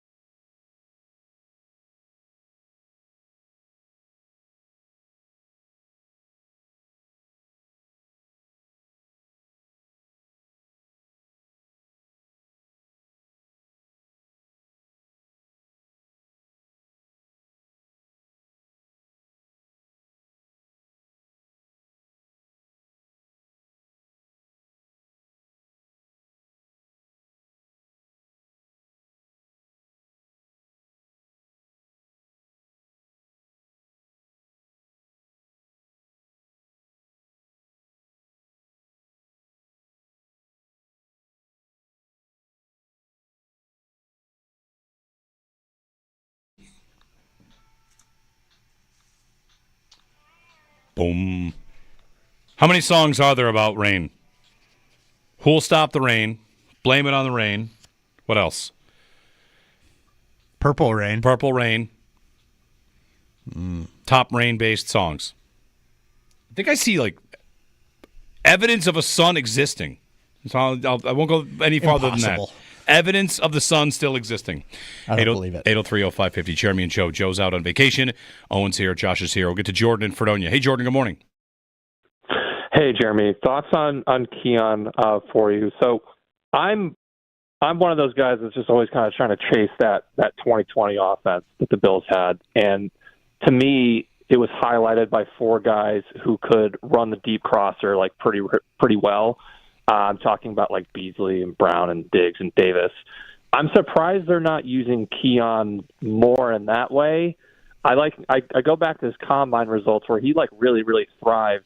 I think in the gauntlet drill, and then kind of like everything else was like kind of struggled, like didn't run a great 40 time, like something like 4.6. I don't know, it's like 3-cone drill or anything like that. But, but the gauntlet, he was the fastest. Yeah, he was really, really good at that. I go back to like week 3 when he had that score against Jacksonville where it kind of like proves that point where it's like, okay, the guy isn't going to be, he's not that agile or that quick to separate like in these like short distance routes, but over time, like this guy can separate and use his size to make like himself like a valuable receiver.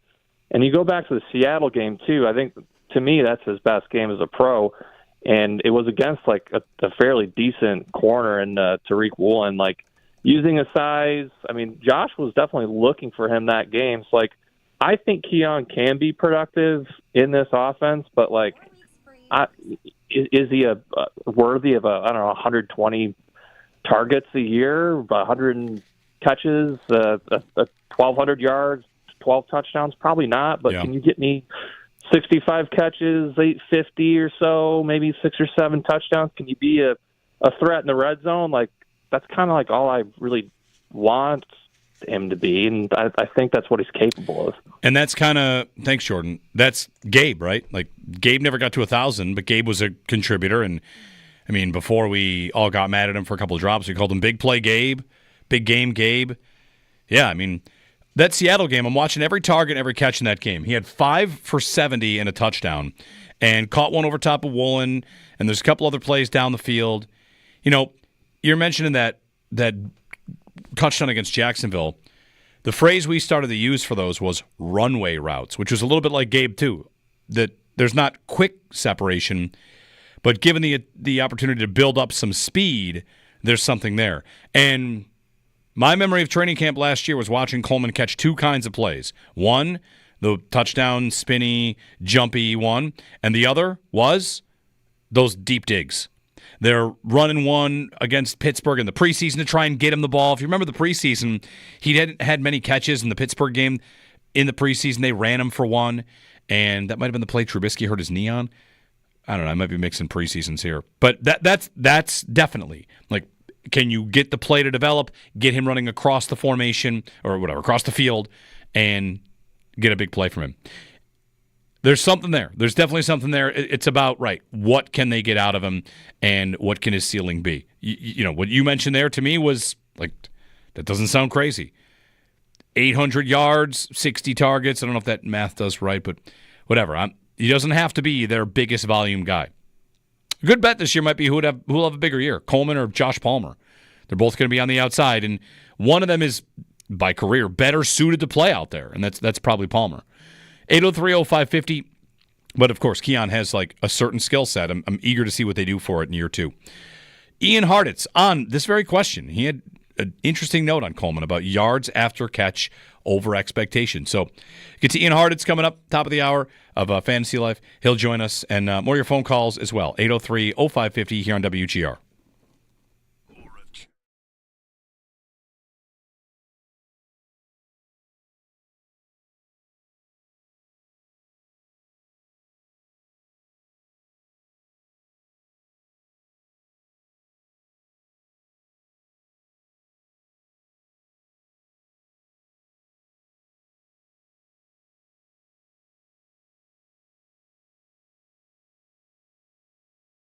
Brendan Shanahan out with the Leafs.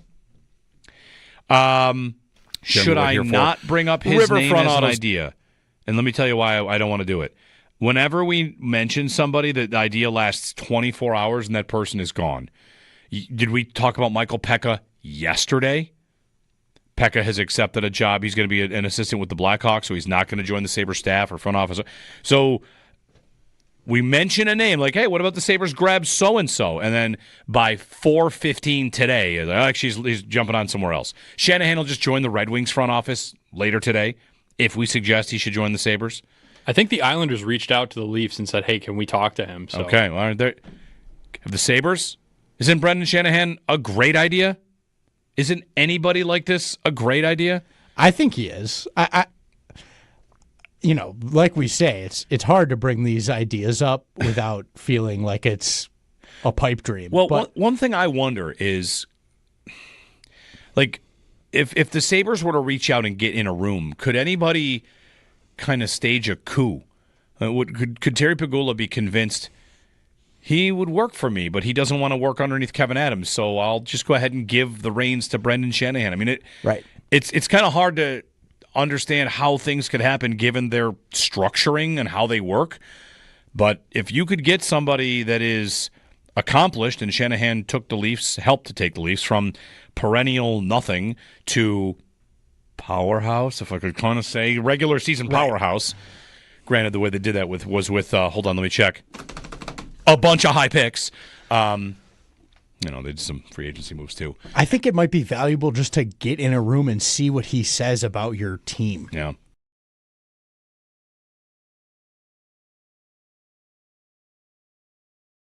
The thing I thought we'd start with on a Friday, like a fun Friday show, and a good conversation with a bunch of answers. It kind of digs into Joe Marino's most important Bills.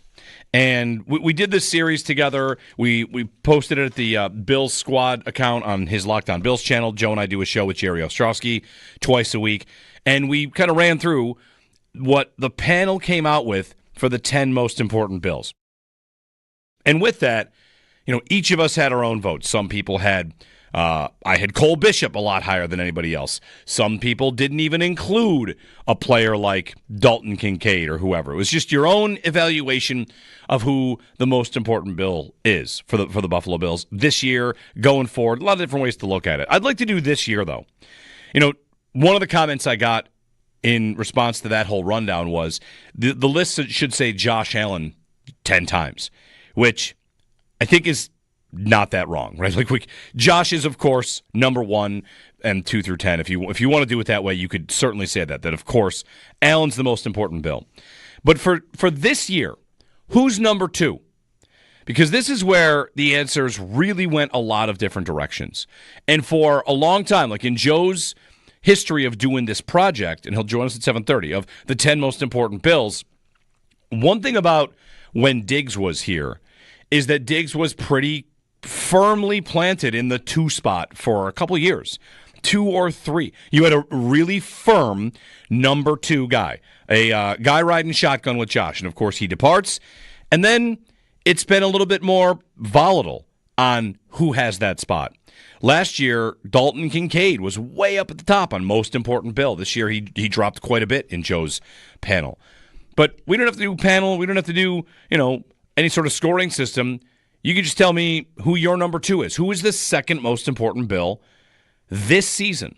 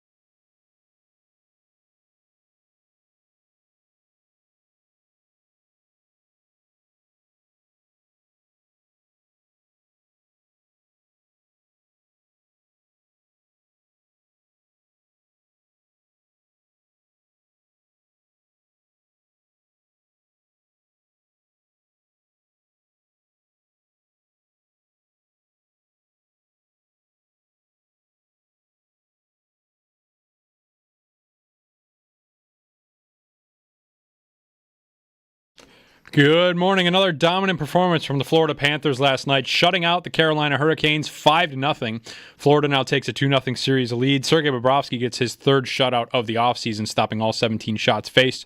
Game 3 now moves to Florida, but will be tomorrow at 8 o'clock. Sam Reinhart will potentially be out of the lineup for Game 3. Paul Maurice says that in the postgame he'll have to undergo further evaluation beforehand.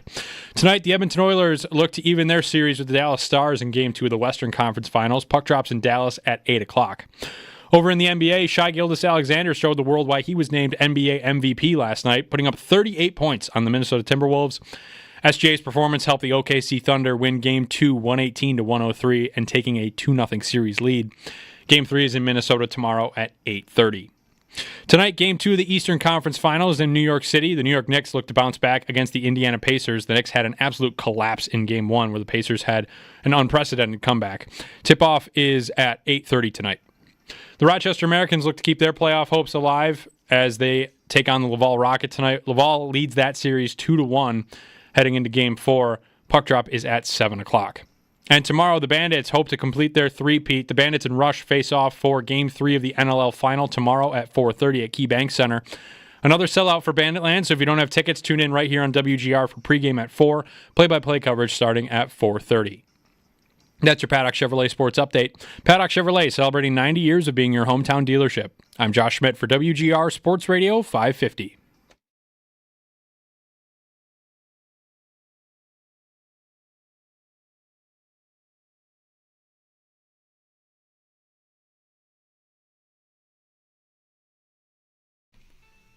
Nonstop rain music for nonstop rain.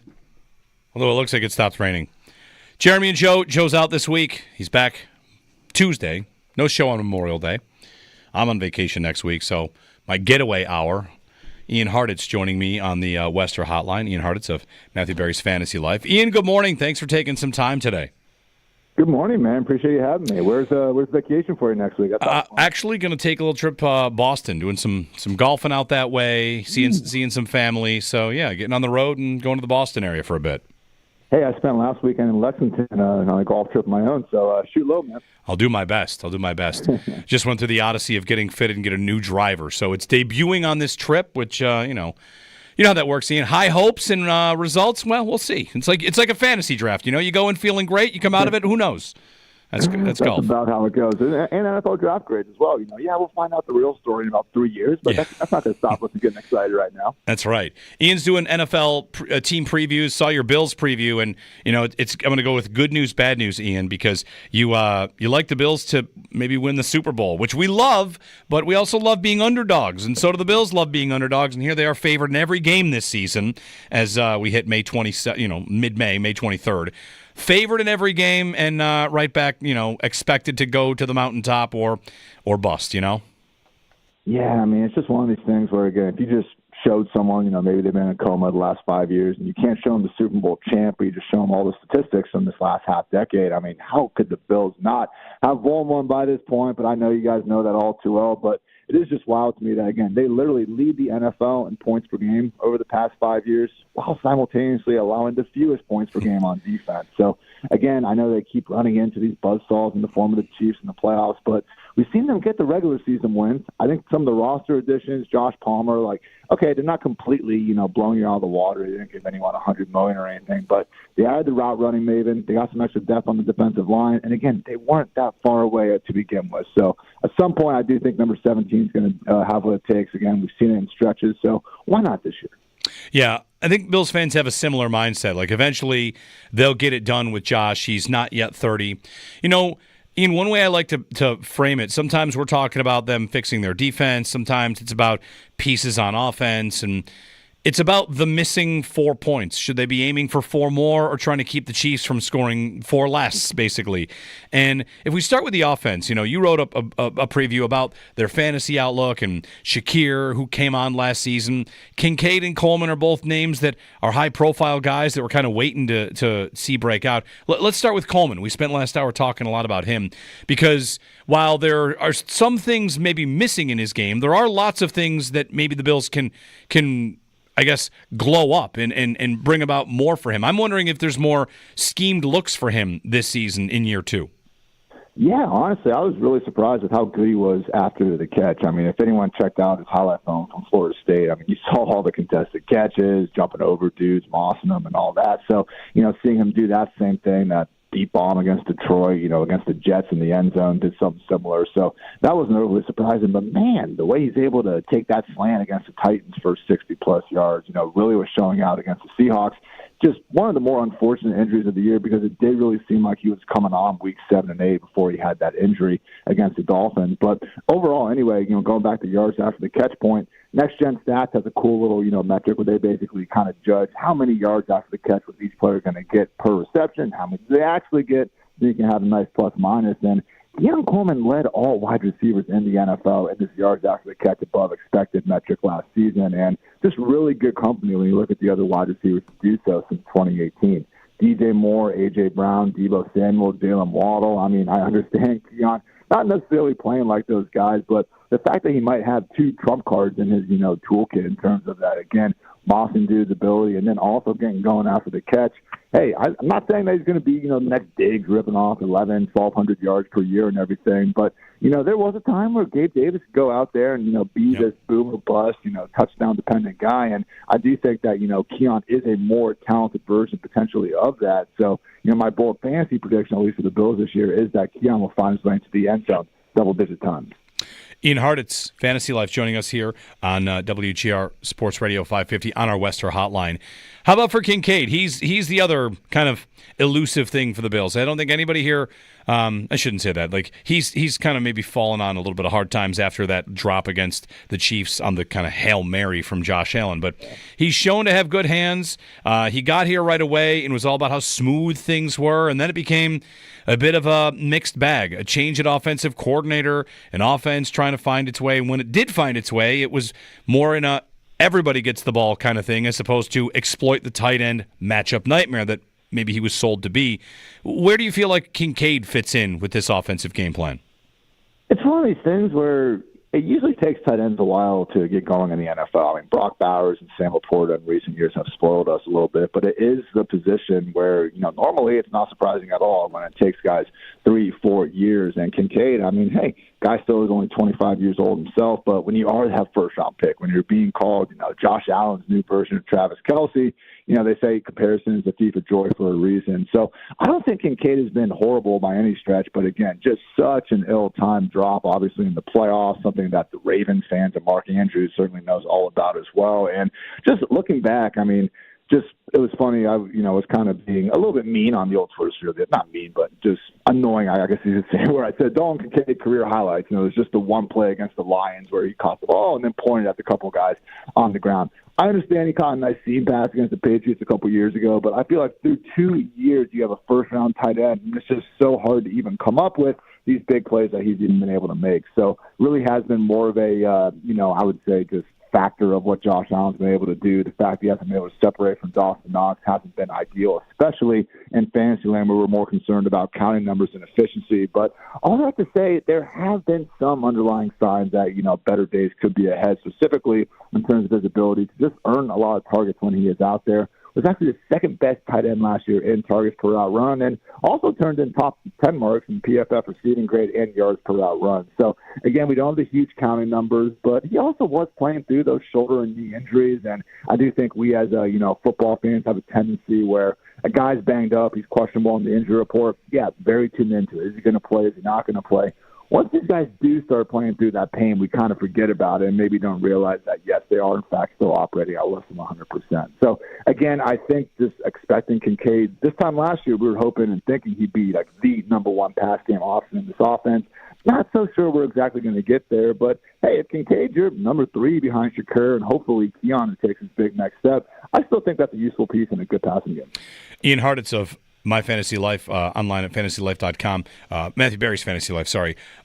Ian, let's talk dynasty drafts. We've got our Bills chatter in.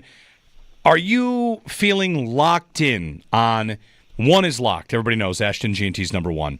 Yeah. 2, 3, 4. Are you changing every day? Are you feeling like that is a safe spot? Is there a tier? Because, I feel like Travis Hunter is a conversation. I hear the Tet McMillan conversation and how good of a fit that is. Amari and Hampton and the Chargers. Like, where do you feel comfortable for a dynasty rookie draft? What numbers are you feeling comfortable to lock in, if anything, after one? I think it is just one. I mean, honestly, if you're in a super flex league where you can start multiple quarterbacks, I think Cam Ward comes into play at that number 2 pick as well. So you listed the main hitters. I would prioritize McMillan and Hunter, all things equal. Now, look, if you're on a squad where you already have a great wide receiver room, it's going to be even a struggle to get these guys in there. You're trying to win today. Then I think Hampton is someone where we can say, okay, we're going to get 4 or 5 years at a minimum inside this Jim Harbaugh, Greg Roman, run first Chargers offense. That's tough to be too disappointed about. But just historically, we see wide receivers have a longer lifespan in the NFL overall, and then also has really high-end fantasy football assets. So, again, Gentry, number 1, easy. If I had just a pretty balanced team all the way around, I would lean toward Travis Hunter next, and then Ted McMillan, and then Hampton, because, man, while there might not be, another running back like Gentry who's a complete slam dunk, Hampton, next best thing with that first-round draft capital, good offense. I mean, you look at the Ohio State running backs and Henderson and Judkins, and even some of these guys going closer to round 2, R.J. Harvey with the Broncos, Caleb Johnson with the Steelers, hoping to be Arthur Smith's poor man version of Derrick Henry running that outside zone. I mean, there is a reason why, we spent all April hearing from these draft analysts about how deep of a running back class this is. And accordingly, I do think there are some pretty quality options, going into round 2. But last point I would just make is, again, outside those top 5 picks, I've been surprised in some of my own personal drafts to see how far Colston Loveland and Tyler Warren have fallen, even in leagues that are tight end premium, where you're getting an extra half point every time your tight end catches the ball. So Colston Loveland in particular is someone where, maybe year 1 things start out a little slow. It is a crowded offense. Cole Kmet's making $50 million. He's going to be out there in a similar manner as kind of Dawson Knox doing stuff from Dalton Kincaid. But with Loveland and just everything he was able to do in a Michigan offense that really could barely throw a forward pass last season. I mean, really is an impressive player. Got that top 10 draft capital, and hey, being attached to Caleb Williams and Ben Johnson for the next potential decade, he's someone who on my tight end needy squad I've actually traded up for and gone out of my way. Who would you trust more for fantasy purposes? There's 2 teams here that jump out at me. You mentioned the Bears and Ben Johnson, Caleb Williams. Would you trust the Bears more or the Jags more? They make the change. They've got Trevor Lawrence and Brian Thomas, and just mentioned Travis Hunter. Which of those 2 teams, Jags and Bears, that is supposed to probably bounce back offensively and maybe be a wagon if it all goes well, who would you trust more? I'm going to lean towards the Bears, but it's a great question because these really are similar teams. They each got that OC wonder kid, Liam Cohen and Ben Johnson, coming to save the day for their quote-unquote generational quarterback who really has looked anything but during their short time in the NFL. But just with the Bears, okay, it was cool getting Luther Burden and everything. Colston Loveland has another dimension, but for them to beef up the offensive line the way they did is, what gives me a bit more encouragement over the Jaguars, who I still do have that question mark there. Also, let's face it, Caleb Williams has spent a little bit less time being a bad NFL quarterback than Trevor Lawrence. So give me the Bears.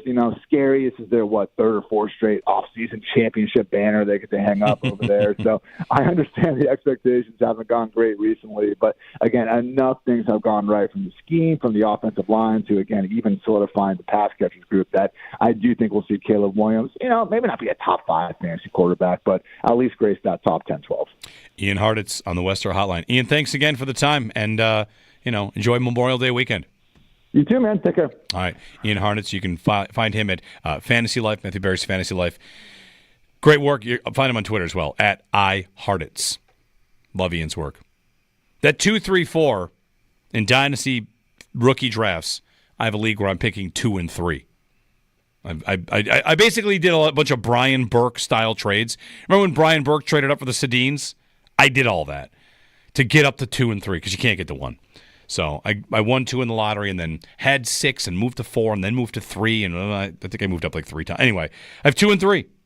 And Travis Hunter and Amari and Hampton, I think, are going to be the choices, but I don't know. Anyway, 803-0550. Had a lot of good calls and some thoughts on Keon Coleman there. If you want to jump in on that, you can. Appears to not be raining. I'm going to tell you guys a quick story here. Yesterday, I had to ride my bike in the rain, which, as it was happening, I thought, I saw another person on their bike riding by me in the rain, and they went jing jing like that, like a little high, like a Jeep thing. And I thought that only happens because it's raining, and he knows. Like anybody riding their bike in the rain, maybe you have to do it to get to work or something. That's fine. I was just clearly not doing that. No rain gear, just put on a jacket. I was riding my bike in the rain. I had to. If you're riding your bike in the rain, something has gone wrong for you. Or you started riding your bike and then it started raining. Well, that's gone wrong for you. You were hoping that didn't happen. Because it's not so much, it was a light rain at the time. It's not so much the rain. It's the wheel, your tire, firing water at your back the whole time if you don't have one of those shields on it. When I went to college, there was a kid on campus that had one of those e-bikes, like the very first e-bikes. Yeah. And I saw him one day without the shield on the back, and his jacket was just soaked. Oh. The next day I saw him, he had the little fender. It's like parting the Red Seas on the sidewalk. The fender's huge. So I ride my bike in the rain. I had one of those things where my brain went to playing a video game that has 10 side missions and having to do 10 things at once, because I had to do this yesterday. So my truck is getting work done. My truck's at Z-Bar, getting a new tonneau cover. And my wife's downtown, and she calls me and says, I have a flat tire. All right. So she has a flat tire, and we have things we need to do. The kids are at my mother-in-law. We're going to get the kids. We're supposed to go away on a trip soon. We have a flat tire. I don't have a car. What am I going to do? So I ride my bike in the rain to my mother-in-law's, get my mother-in-law's car, go down to where the flat tire is with my wife, meet them there, meet AAA, get the tire changed, take the car to the car place. All this happening all in the rain, nonstop in the rain. And everything was fine. It ends up being a little case of when bad luck is good luck, where simply if someone said, like, I got a flat tire, you'd say, like, oh, that's bad luck. Like, sorry that happened, right? We were supposed to drive across the state today. So the tire going the day before a big trip, I think, is good luck. Thank you. 100%. For not blowing out today on the thruway in, which exit do I want to pick here? 45. Exit. If it had blown out in one of those Rochester 17-mile stretches between exits, like, thank you for not doing that. It blew out instead, just in downtown Buffalo, and got the wheel, the tire changed. So that was always my biggest fear. Blowing out a tire? In my big cross country drives down to Albuquerque or Des Moines when I was playing hockey. In the middle of nowhere? Oh. Yeah. There were some stretches going down to New Mexico where you're driving through. New Mexico itself, barren. There's nothing. It's just desert for as far as you can see. And I drove this old, a Nissan Pathfinder that was a monster. Never had a single problem. But every morning, waking up in whatever motel I stayed in on the way, I was just, please do not blow a gasket or blow a tire off, and I'll have to change this tire in the middle of Lincoln, Nebraska.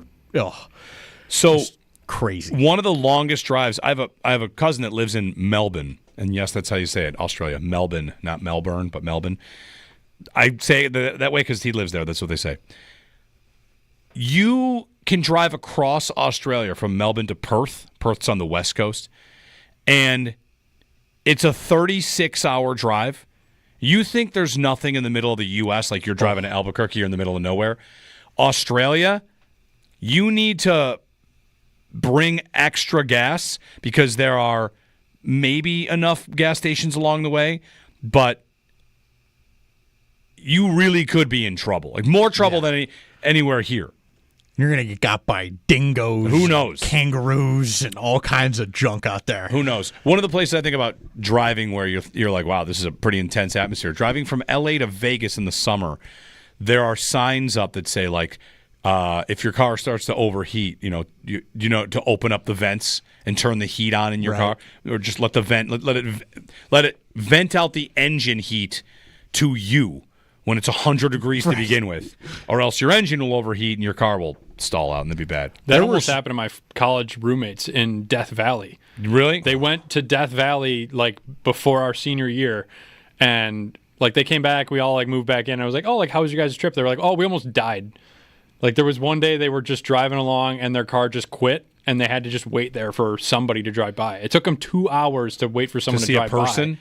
Yeah. Yeah, and then it took them like 5 more hours to wait for the tow truck, and they didn't have cell service. So, like, they were just kind of stuck there. And eventually the sun went down, so it kind of cooled down a little bit. But cool in Death Valley is like 80 degrees. Yeah. So it's pretty scary. There's some gnarly, driving through Colorado in the first leg of that New Mexico trip, the mountains up there with no guardrails and little 2-lane roads. Yeah. That is no joke. Like, hey, you have an 8-hour day of driving and that's your last hour. Whew. Yeah. I always like driving through, out in the Southwest, you're driving down this secondary highway, not exactly an interstate, and there'll just be a driveway that goes off it up into the, into the hill, into the bush, and you're thinking I wonder where that goes. Wonder what's at the end of that. It's like a 45 derail. You're not going to find out. I don't know. It's just a dirt road, it's like a house. I don't know. Some True Detective stuff. Right. I'm not going to find out. Anyway. So, yeah, we're traveling a little bit today. Do some Boston tour. I've been to Boston in a while. So, going to Boston, seeing some family. The weather there, I checked the weather for tomorrow, because tomorrow is the national. So, tomorrow 4:30 is the Bandits NLL Finals. Tomorrow, I guess it's a lacrosse fan's dream. You've got the actual college finals at 12 and 2:30. Syracuse plays Maryland at 2:30, and then the Bandits play. Let me check the weather for that game, because it's at Gillette, and we gave some talk to some consideration to going. Would you be surprised? Would you be embarrassed for me if I said to you that I went to Syracuse for 4 years, and when the Syracuse lacrosse team gets into the Final Four all the time, when they do, somewhat regularly or win titles, I watch those games. Would you be embarrassed for me or shocked to find out that when I was at Syracuse for 4 years, I never went to a single lacrosse game?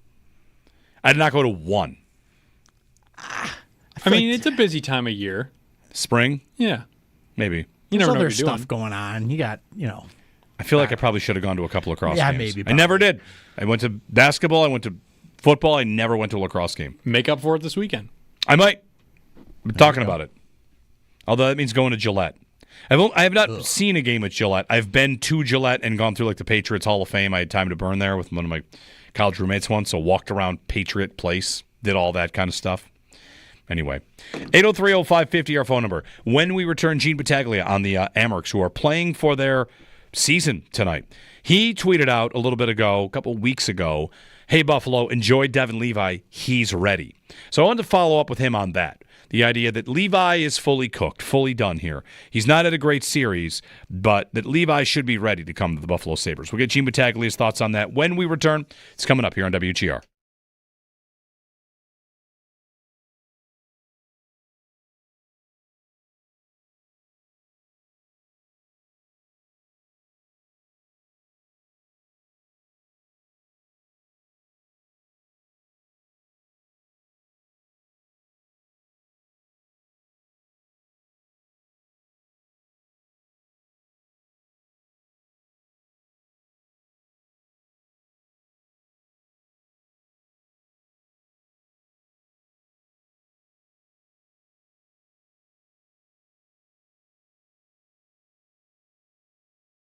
Game 3 tomorrow against Saskatchewan. What about this matchup, Dave, are people watching for? If you're going to be at the game or watching or listening, what is it about Saskatchewan that makes them tough? I think it's a very evenly matched series, and really what it's come down to, I think, is it's the team that has made the least amount of mistakes and missed the least amount of shots that has come out on top through these first two games. So I think you just got to watch, which team doesn't mess up as much. I think Buffalo really needs to come out of the box fast tomorrow, though. Both games so far this series, they've gotten down 2-0, 3-0, and have had to spend a good chunk of the first half playing from behind. And I think with this home crowd and with the nerves that come along with Game 3, if they get down 2-0, 3-0 tomorrow, the KeyBank Center crowd will be quieted pretty quickly. So I think they need to come out strong, make a statement, and get the fans into it. To really, get this thing back on track.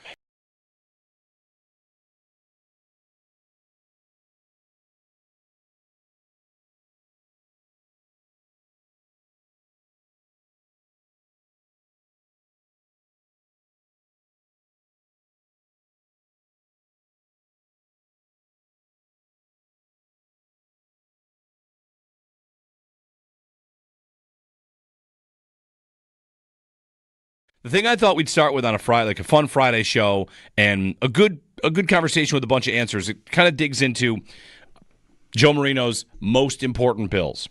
And we did this series together. We posted it at the Bills Squad account on his Locked On Bills channel. Joe and I do a show with Jerry Ostrowski twice a week.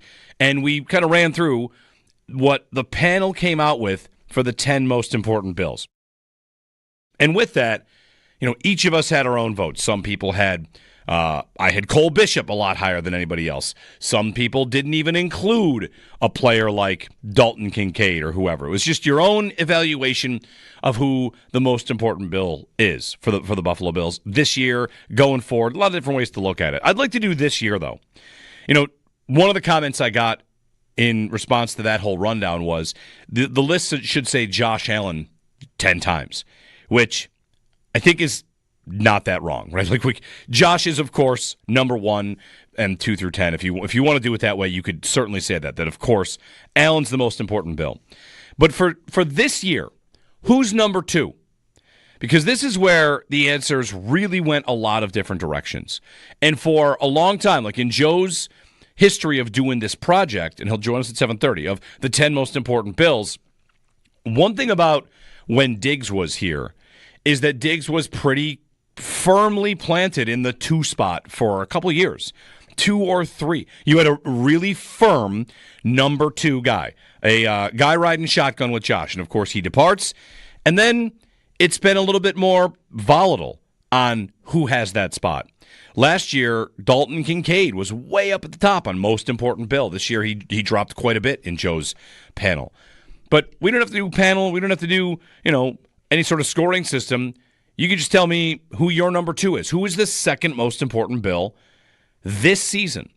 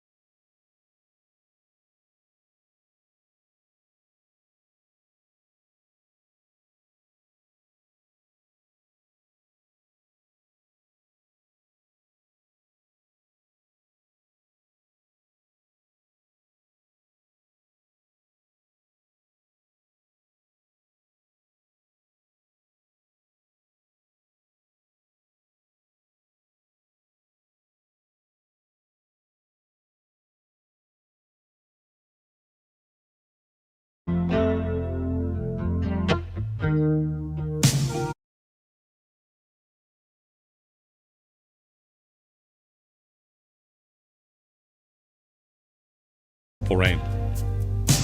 Again, evidence of the sun existing. To the Western Hotline, Gene Battaglia. Gino, is it raining in Rochester like it is here? It's miserable. I'm looking at my yard. It's overgrown. It's a jungle. And no golf this weekend. How are you, Jeremy? I'm all right. I'm getting out of this area. I'm playing golf next week. I've got scheduled golf. Gene Battaglia, co-host the Sports Bar 3 to 6, the Fan Rochester, Danger Battaglia, joining us here to chat about the Amherst, who are up against it, huh? Last gasp against Laval here. Yeah, this is going into this, and I have a problem with the American Hockey League, this format. If it's a developmental league and it's the divisional final, why are we playing a best of 5? So, like, if the Amherst were down, say, 3-2, I think it would feel a little bit different than, oh, gosh, they only have one win in this series so far, and they're facing elimination tonight. But if you're going to ask me what needs to happen for Rochester, it's just very simple. Devin Levi needs to show his ability tonight. If he does that, I like their chances. So he's not had a great series in this series against Laval? No. Both the first 2 games were just up and down, particularly Game 2. But you go back to Game 3 where 15 seconds in, okay, there's a deflection in front. Team wasn't ready. But, I mean, the defense tightened up after that for the Amherst. You go to the third, only down 1-0. And Rushek gets the tying goal. You're thinking, all right, now you like your chances here on the road, a 1-1 game. And just 2 minutes later, Florian Jacques now gets around the corner, but it's a backhand that goes over his shoulder. I think that's one Levi has to come up with. And for the Amherst only to give up 5 shots in the third period, part of that third period, a tie game, give up 3 goals on 5 shots, Jeremy, it's not a good look. You know, Gene, one of the reasons I wanted to get you was a couple weeks ago, you tweeted, enjoy him, Buffalo, Levi is ready. And I wouldn't anticipate you're backing off that based on a bad series, right? Are you past the point where you feel like evaluating Levi game to game, week to week, month to month is worth it? You think he's shown that he's ready and he should be up here next year with the Sabres? Yeah, is this the freezing cold takes segment of your show? No. I'm trusting that like you probably still feel that way, or at least you got to that point. Well, it's from the standpoint of, okay, he goes out here against Laval, and let's just kind of point this out first. Laval, best team. This isn't the President's Trophy or whatever in the NHL where they always lose. Laval was the best team, and they have reinforcements from Montreal, and they have Caden Primo on the other side. So if it ends here, there's no shame, I guess, in losing. But that being said, what more does Devin Levi need to prove here in Rochester? Now, if they go out, the Sabres do, and sign a veteran goalie or whoever it may be, and Levi, starts the season here in Rochester, that's fine. But the way he played this year and the way he dominated in that Syracuse series, I'm just saying, like, will he go up and be that guy for the Sabres? I don't know. Maybe I'm making a jump there, but there's nothing left for him to prove here in Rochester. Yeah, I mean, a bunch of shutouts, save percentage is good. He took that assignment. Initially, he signs out of college and comes here and plays really well. And, Gene, maybe it was a case of heightened expectations, got a little out of control off of 7 games, but he goes to Rochester. And to me, I don't know, I feel like there have been a couple players that have done this, that have gone down there and then proven it, and they don't always find their way back up. For whatever reason, the Sabres, I don't know, to my eye, I feel a little bit reluctant to call some of these guys up. Yeah, I mean, if I can take a detour here, I just think that the Sabres blew the whole timeline of UPL, where, Ukko-Pekka Luukkonen performing well. This is going back 2 years. And he's on the clear day roster, meaning, hey, you can come back down to Rochester. And, he's played enough games up here in Buffalo. He's earned the right. And we're all thinking, really? He's never played in a professional playoff game. Why not give him the experience? That's the year we had Malcolm Subban. And actually, the Amherst went to the conference final that year, losing to Hershey. But, would that have helped UPL? I don't know in the end. How could it have hurt? But where we are now, I'm like, okay, was that a misstep? What they did this year, I'm like, yes, bring down Cooley. Don't let them go to the World. Bring down these guys. Let them get, the experience of what it is to play, in meaningful hockey here. So to answer your question, yeah, sometimes these timelines here for the Sabres at goaltender or other positions, they don't work out all the best. Yeah. Well, best of luck to the Amherst tonight, and we'll see you at training camp. I'm sure Hard Knocks will be looking for us, you and I both to be the next stars of HBO's Hard Knocks, potentially. Maybe not. We joke on our show. You're going over to Oak Hill, Jeremy. You're going to be playing with Big Beam. There, you're going to be nice. They're going to be following you. They're like, how's your golf shot going to be when the camera's going to be? I'm more likely to be the guy whose face is in the locker room with a dartboard on it for the receiver room. Come on. Even though I like a lot of their receivers, I think some of them are pretty good. I just want them to have a few more and keep them young and cheap. Anyway, thanks, Gene. Thank you, Jeremy. Gene Battaglia of Danger Battaglia. They're on 3 to 6 on the sports bar at our sister station in Rochester. We see them every year at training camp. They're out there under the pavilion with us. 803-0550, our phone number, and 1-888-550-2550. Trying to think what I want to get to here. Brendan Shanahan, anybody? Josh is here and get on the air and tell me why no. Listen. Backstory. Brendan Shanahan out with the Leafs. The reports are he's being courted by the Islanders. Here are the Sabres looking for someone, senior advisor, or, I don't care, just like taking the job. Brendan Shanahan, yes. Sold. Done. I'm in. Done. How long? Forever. See, that's where you lose me. I'm okay with a short-term... Name them the Shanahans for all I care. I'm okay with a short-term idea, but long-term, what did he do in Toronto? Build a winner. Long-term. I gotta be honest here about what's going on in Toronto. Any Sabres fan that throws that much shade at Toronto is... Listen, I love you all. You're a joke! You're a joke. You are flat out walking into the room as a stinky person saying, like, oh, man, you stink. I don't even understand it. I get liking to laugh at Leafs fans for their pain. They have a legitimately good franchise that has endless amounts of good things going on, but they lost in the 7th game of the playoffs to Florida. Sorry. The playoff format has screwed the Leafs over to a large degree for like 10 years. And Sabres fans who have never even participated in this format are throwing shade. What has he done? How do I answer that? Look at what he left them with, right? Marner might leave. Matthews' contract is huge, which is deserved, but it's a big contract. Tavares, what's going to happen with him? Like, their whole core is falling apart right now. Falling apart. They finished first in the East. I get that. But what's next? What's the long-term plan for them now that they're moving forward? What's their next plan? I think Shanahan's biggest mistake in his time in Toronto was getting too addicted to having those 4 specific players. Not because they can't win, because they built up a history and a mentality, and it became a mental thing with the players. I think the team was really good. Yeah. Almost every year. If Stolarz didn't get hurt, I think they'd still be playing right now. They might be. But my main point is yes, I would like him short term because obviously I'd rather have the problem Toronto is having than what the problem we're having is. But at the same time, I don't want to be in 6-7 years being like, okay, well, we're going to lose 6 guys here. Which ones are we going to keep? Well, first off, they're not going to lose 6 guys. They're going to lose maybe 2. And one of those guys, they're probably happy that he's going to leave because it makes it easy. They don't have to trade him. Right. And Marner. Let me tell you right now, in 6 years, I would love to have 6 consecutive second-round exits. How do I sign up for that?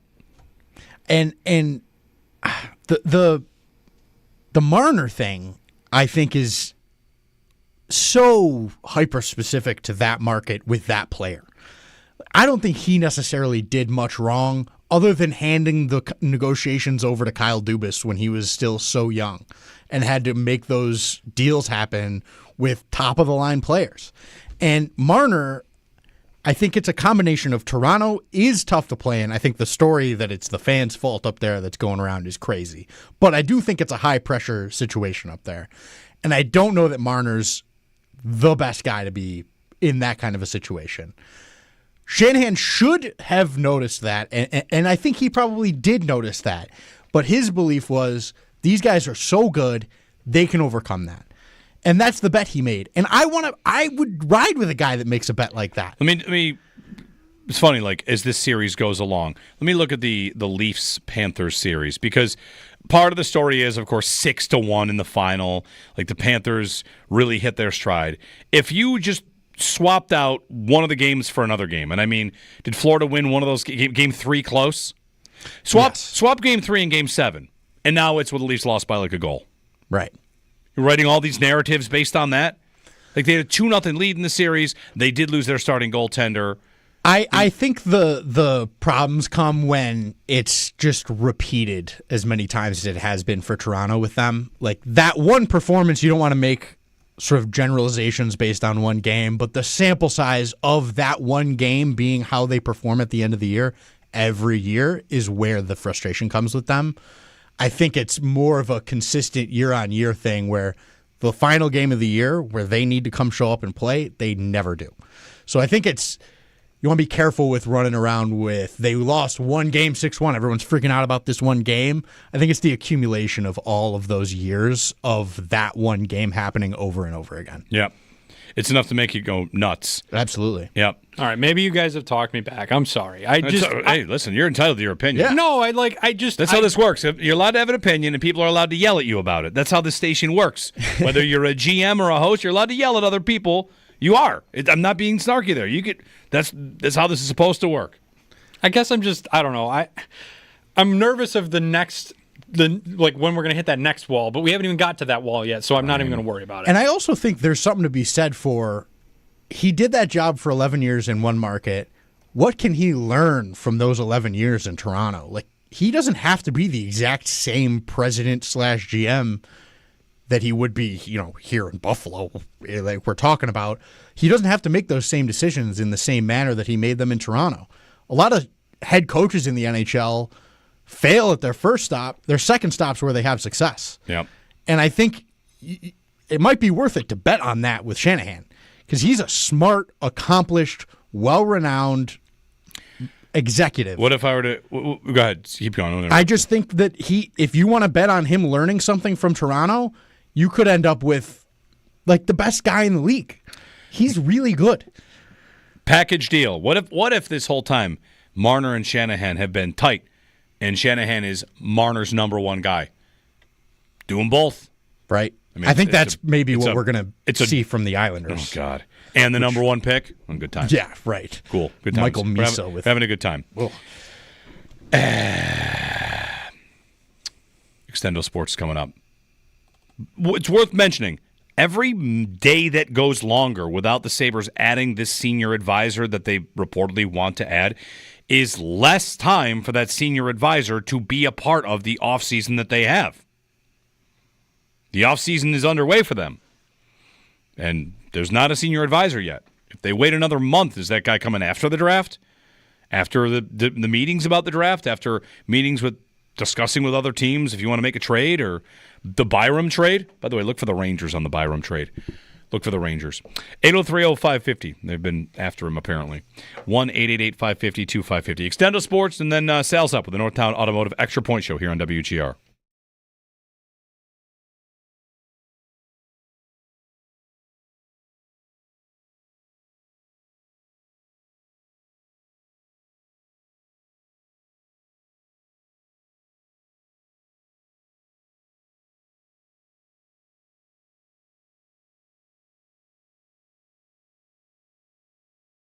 The thing I thought we'd start with on a Friday, like a fun Friday show, and a good conversation with a bunch of answers. It kind of digs into Joe Marino's most important Bills, and we did this series together. We posted it at the Bills Squad account on his Locked On Bills channel. Joe and I do a show with Jerry Ostrowski twice a week, and we kind of ran through what the panel came out with for the 10 most important Bills, and with that. Each of us had our own votes. Some people had, I had Cole Bishop a lot higher than anybody else. Some people didn't even include a player like Dalton Kincaid or whoever. It was just your own evaluation of who the most important Bill is for the Buffalo Bills this year, going forward. A lot of different ways to look at it. I'd like to do this year, though. One of the comments I got in response to that whole rundown was the list should say Josh Allen 10 times, which I think is not that wrong, right? Like Josh is, of course, number 1 and 2 through 10. If you want to do it that way, you could certainly say that of course Allen's the most important Bill. But for this year, who's number 2?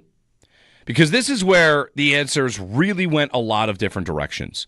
And for a long time, like in Joe's history of doing this project, and he'll join us at 7:30, of the 10 most important Bills, one thing about when Diggs was here is that Diggs was pretty firmly planted in the 2 spot for a couple of years. 2 or 3. You had a really firm number 2 guy, a guy riding shotgun with Josh. And, of course, he departs. And then it's been a little bit more volatile on who has that spot. Last year, Dalton Kincaid was way up at the top on most important Bill. This year, he dropped quite a bit in Joe's panel. But we don't have to do panel. We don't have to do, any sort of scoring system. You could just tell me who your number 2 is. Who is the second most important Bill this season?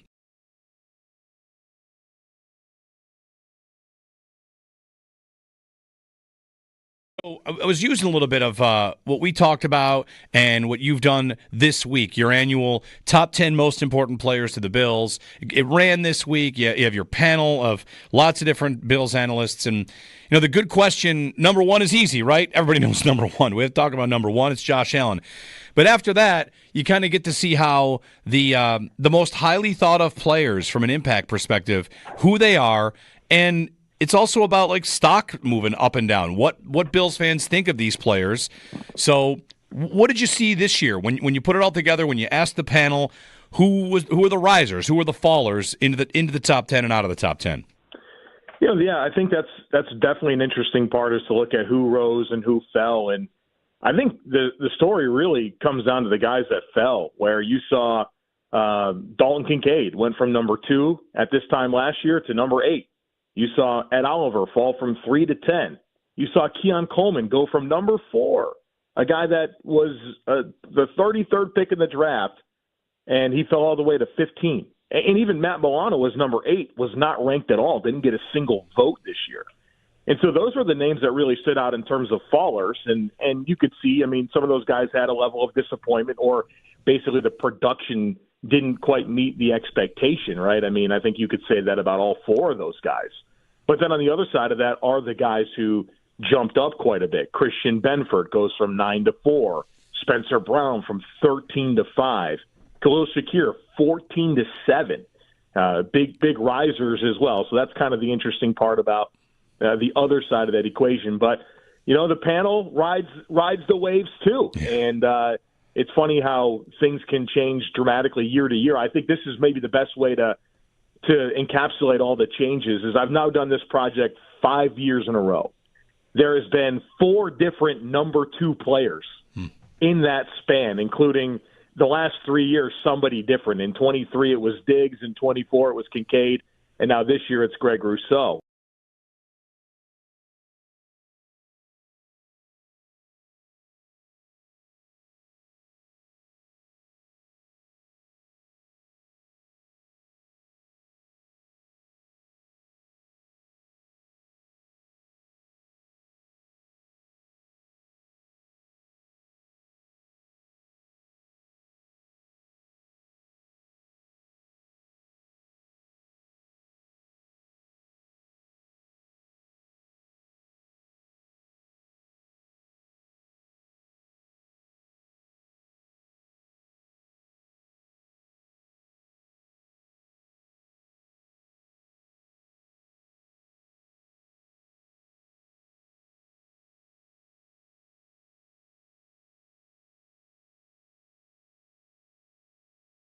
Sports.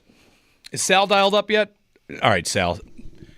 He'll remember this. I like having Sal on for this because every once in a while, Sal, I'll be driving around and I'll write down, as the old guy on the morning show now, like I'm the old guy. Joe's a little younger, Owen and Josh. Yeah. And I love thinking of something and writing down, I got to tell the guys about this because they have no idea about this. And you will. You ready?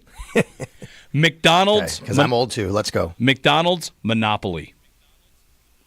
Yes. Going to my God, it was huge. Yes. You would go to McDonald's, guys, back in the day when your grandparents here used to hang out when we were kids. You'd go to McDonald's, and other fast food chains had their own version of this, but on the fries and on the drink would be you tear them down, kind of like roll up the rim to win. Oh, I remember this. I was going to say. They brought this back recently. Did they really? Yeah. Okay. Back in the day, it was big. And but did you know, wasn't the documentary about this where the guy like cheated and all that? It was unbelievable. Yes, it was on what? Oh, you got to go watch this. It's called McMillions. That's right. I have seen this. I wasn't sure if you guys would remember McDonald's Monopoly, which was like a way of life when I was 12.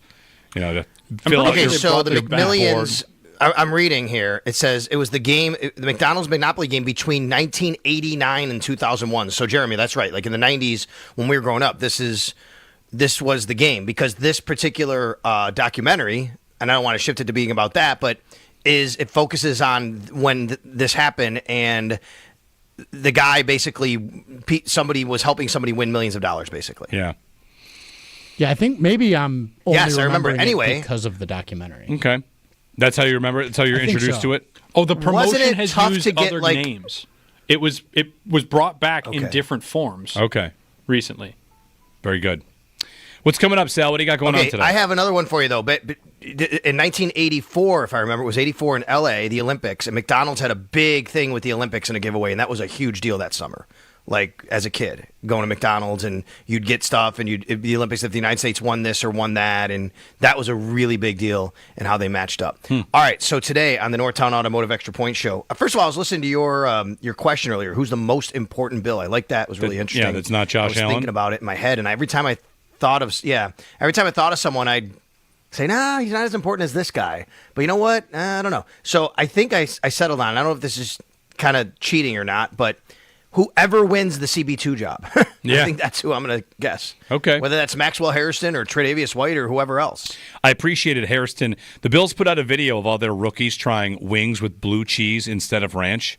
And if you didn't see it, it's pretty funny. Hairston is the star of the show because he takes blue cheese, puts it on the wing, and this is like cliche stuff for Buffalo. Like, I like it. I think it's kind of funny. Some of the guys were not vibing with the blue cheese. Hairston takes a bite and he goes, says something to the effect of, the tastes complement each other well. And someone off camera laughs and he goes, what are you laughing at me for? Like, I guess they weren't expecting Hairston to give this, this full on, like, this real, that's right. Actual evaluation. He liked it. He liked it. Right. Jackson Hawes, I thought he was funny too. He took one bite. He's like, I'm down with it.